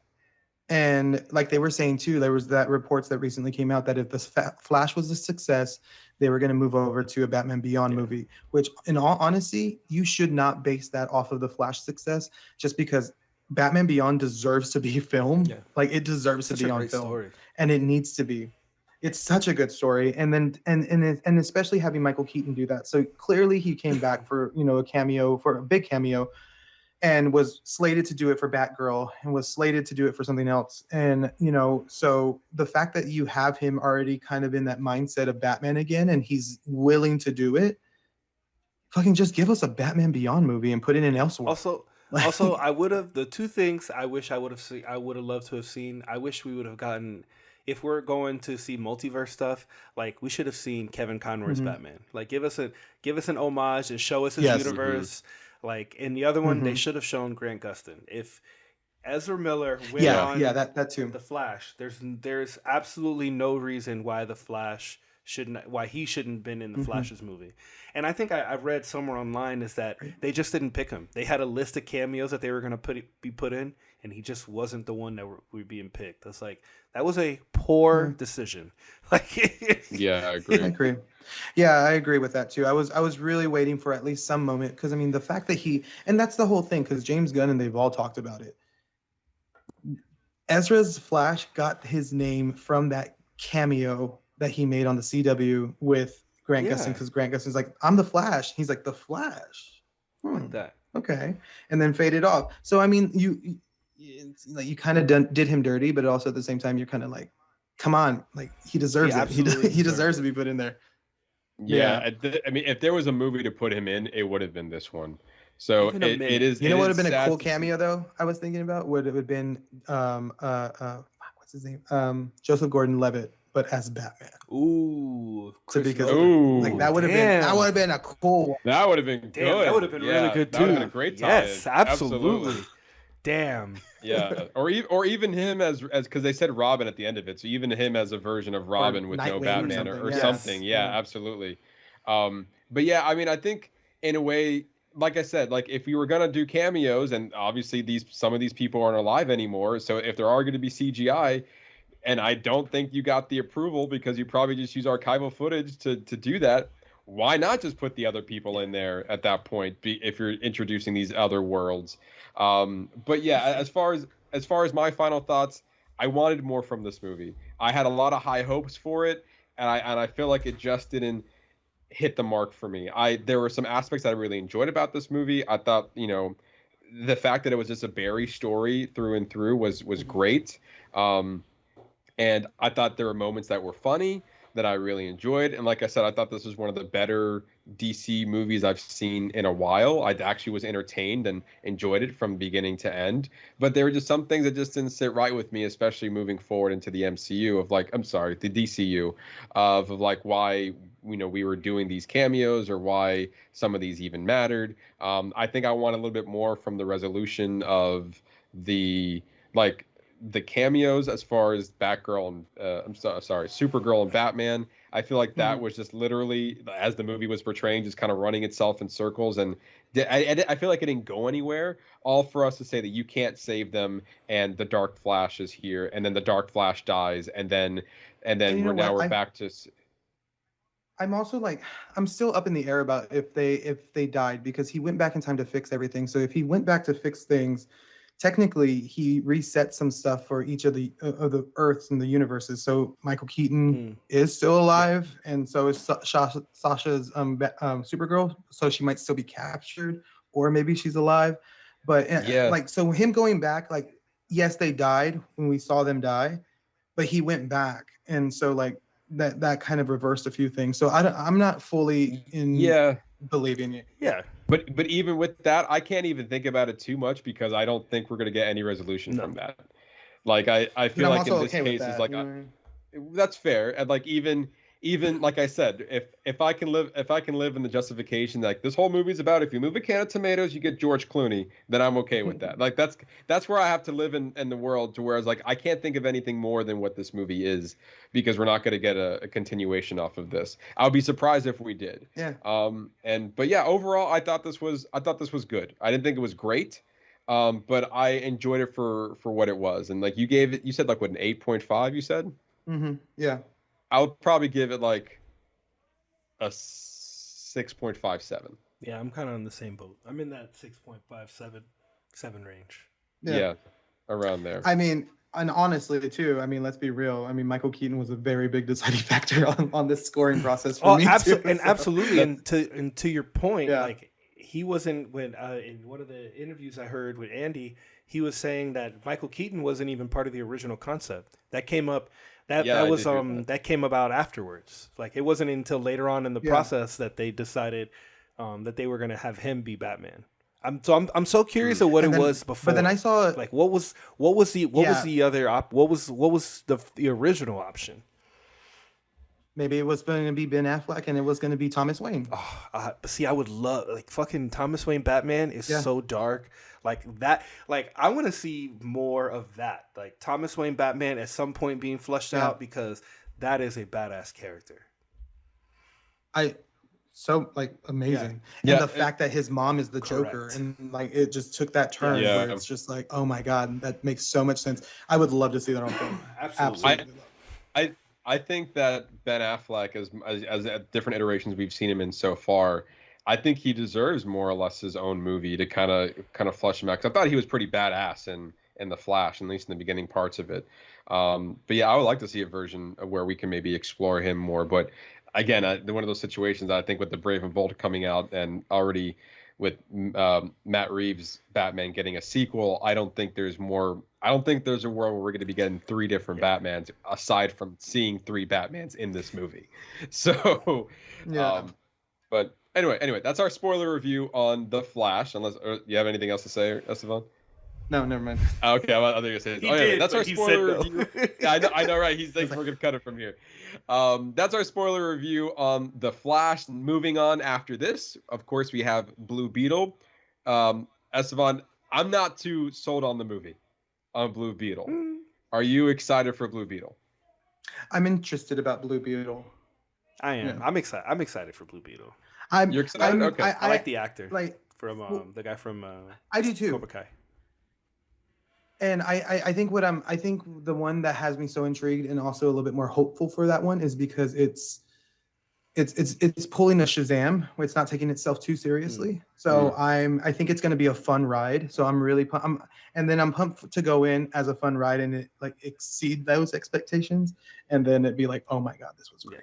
But yeah, I mean, first of all, let's be real. That suit looks incredible, and that's suit looks good. Yeah, suit looks great. Yeah, I will agree. The suit looks good. Yeah, I have my skepticism for it. Like I said, I'm not sold by the trailer, but there have been many times where the trailer doesn't look good, but the movie is, and then vice versa. The trailer is good, and then the movie isn't. So I'm hoping that the trailer is not the representation of what the actual movie is, at least for myself anyway. But Estevan, thank you for coming on again and giving us your DC insight and just having fun with us, talk about The Flash. I know we were really excited to have this conversation with you. We were. I know. As soon as you're like, we're going to discuss all the Batman films too, I was like, Say less. Let's do it. but Batman Returns is my favorite film. Like that is like, if anybody ever asks what my favorite film is, yeah, it was a great. Okay. I really enjoyed the rewatch on that. It was really good. Mm-hmm. Yeah. Ernesto, tell our listener what they can look forward to next week. Well, next week is our foreign film of the month. We will be reviewing Spirited Away, which is available on Max. We're also going to be doing like a soft review in our Whatcha Watchin of Disney Pixar's Elemental. So we'll be talking about Elemental and Whatcha Watchin, and we'll also be doing a full review for our foreign film of the month for Spirited Away. So I'm really looking forward to that. Yeah, especially since Studio Ghibli, I believe it's what it's called. They've been touted as like the Disney version of anime, and so we haven't really explored that aspect of it. So I am interested to see like learn a little bit more about the film, because that's probably their biggest release from that studio, as well as learning about the studio itself, and maybe this could spark interest into diving into more of their films if we actually do really enjoy Spirited Away. But if you want more from us, you can follow us on our social media channels on Instagram at boxoffice_bingers, our Facebook and TikTok page at boxofficebingers, and our Twitter page at boxofficebinger without the S. Or Estevan, again, thank you very much for joining us and just having fun with us. We always enjoy having you come on. I'm sure Blue Beetle will be the next one up for you to kind of take a stab at it. So I hope you just mark your calendars for around like mid-August, because we're probably going to be reaching out to you again. anything for y'all. I appreciate it. Nice. He is so nice, isn't he? Thank you everyone for coming back each and every week. Just listen to us just have fun and talk about movies. Come back for next week for more movie fun. And for that, I've been your host, Matt Diaz. Ernesto Santos. See ya.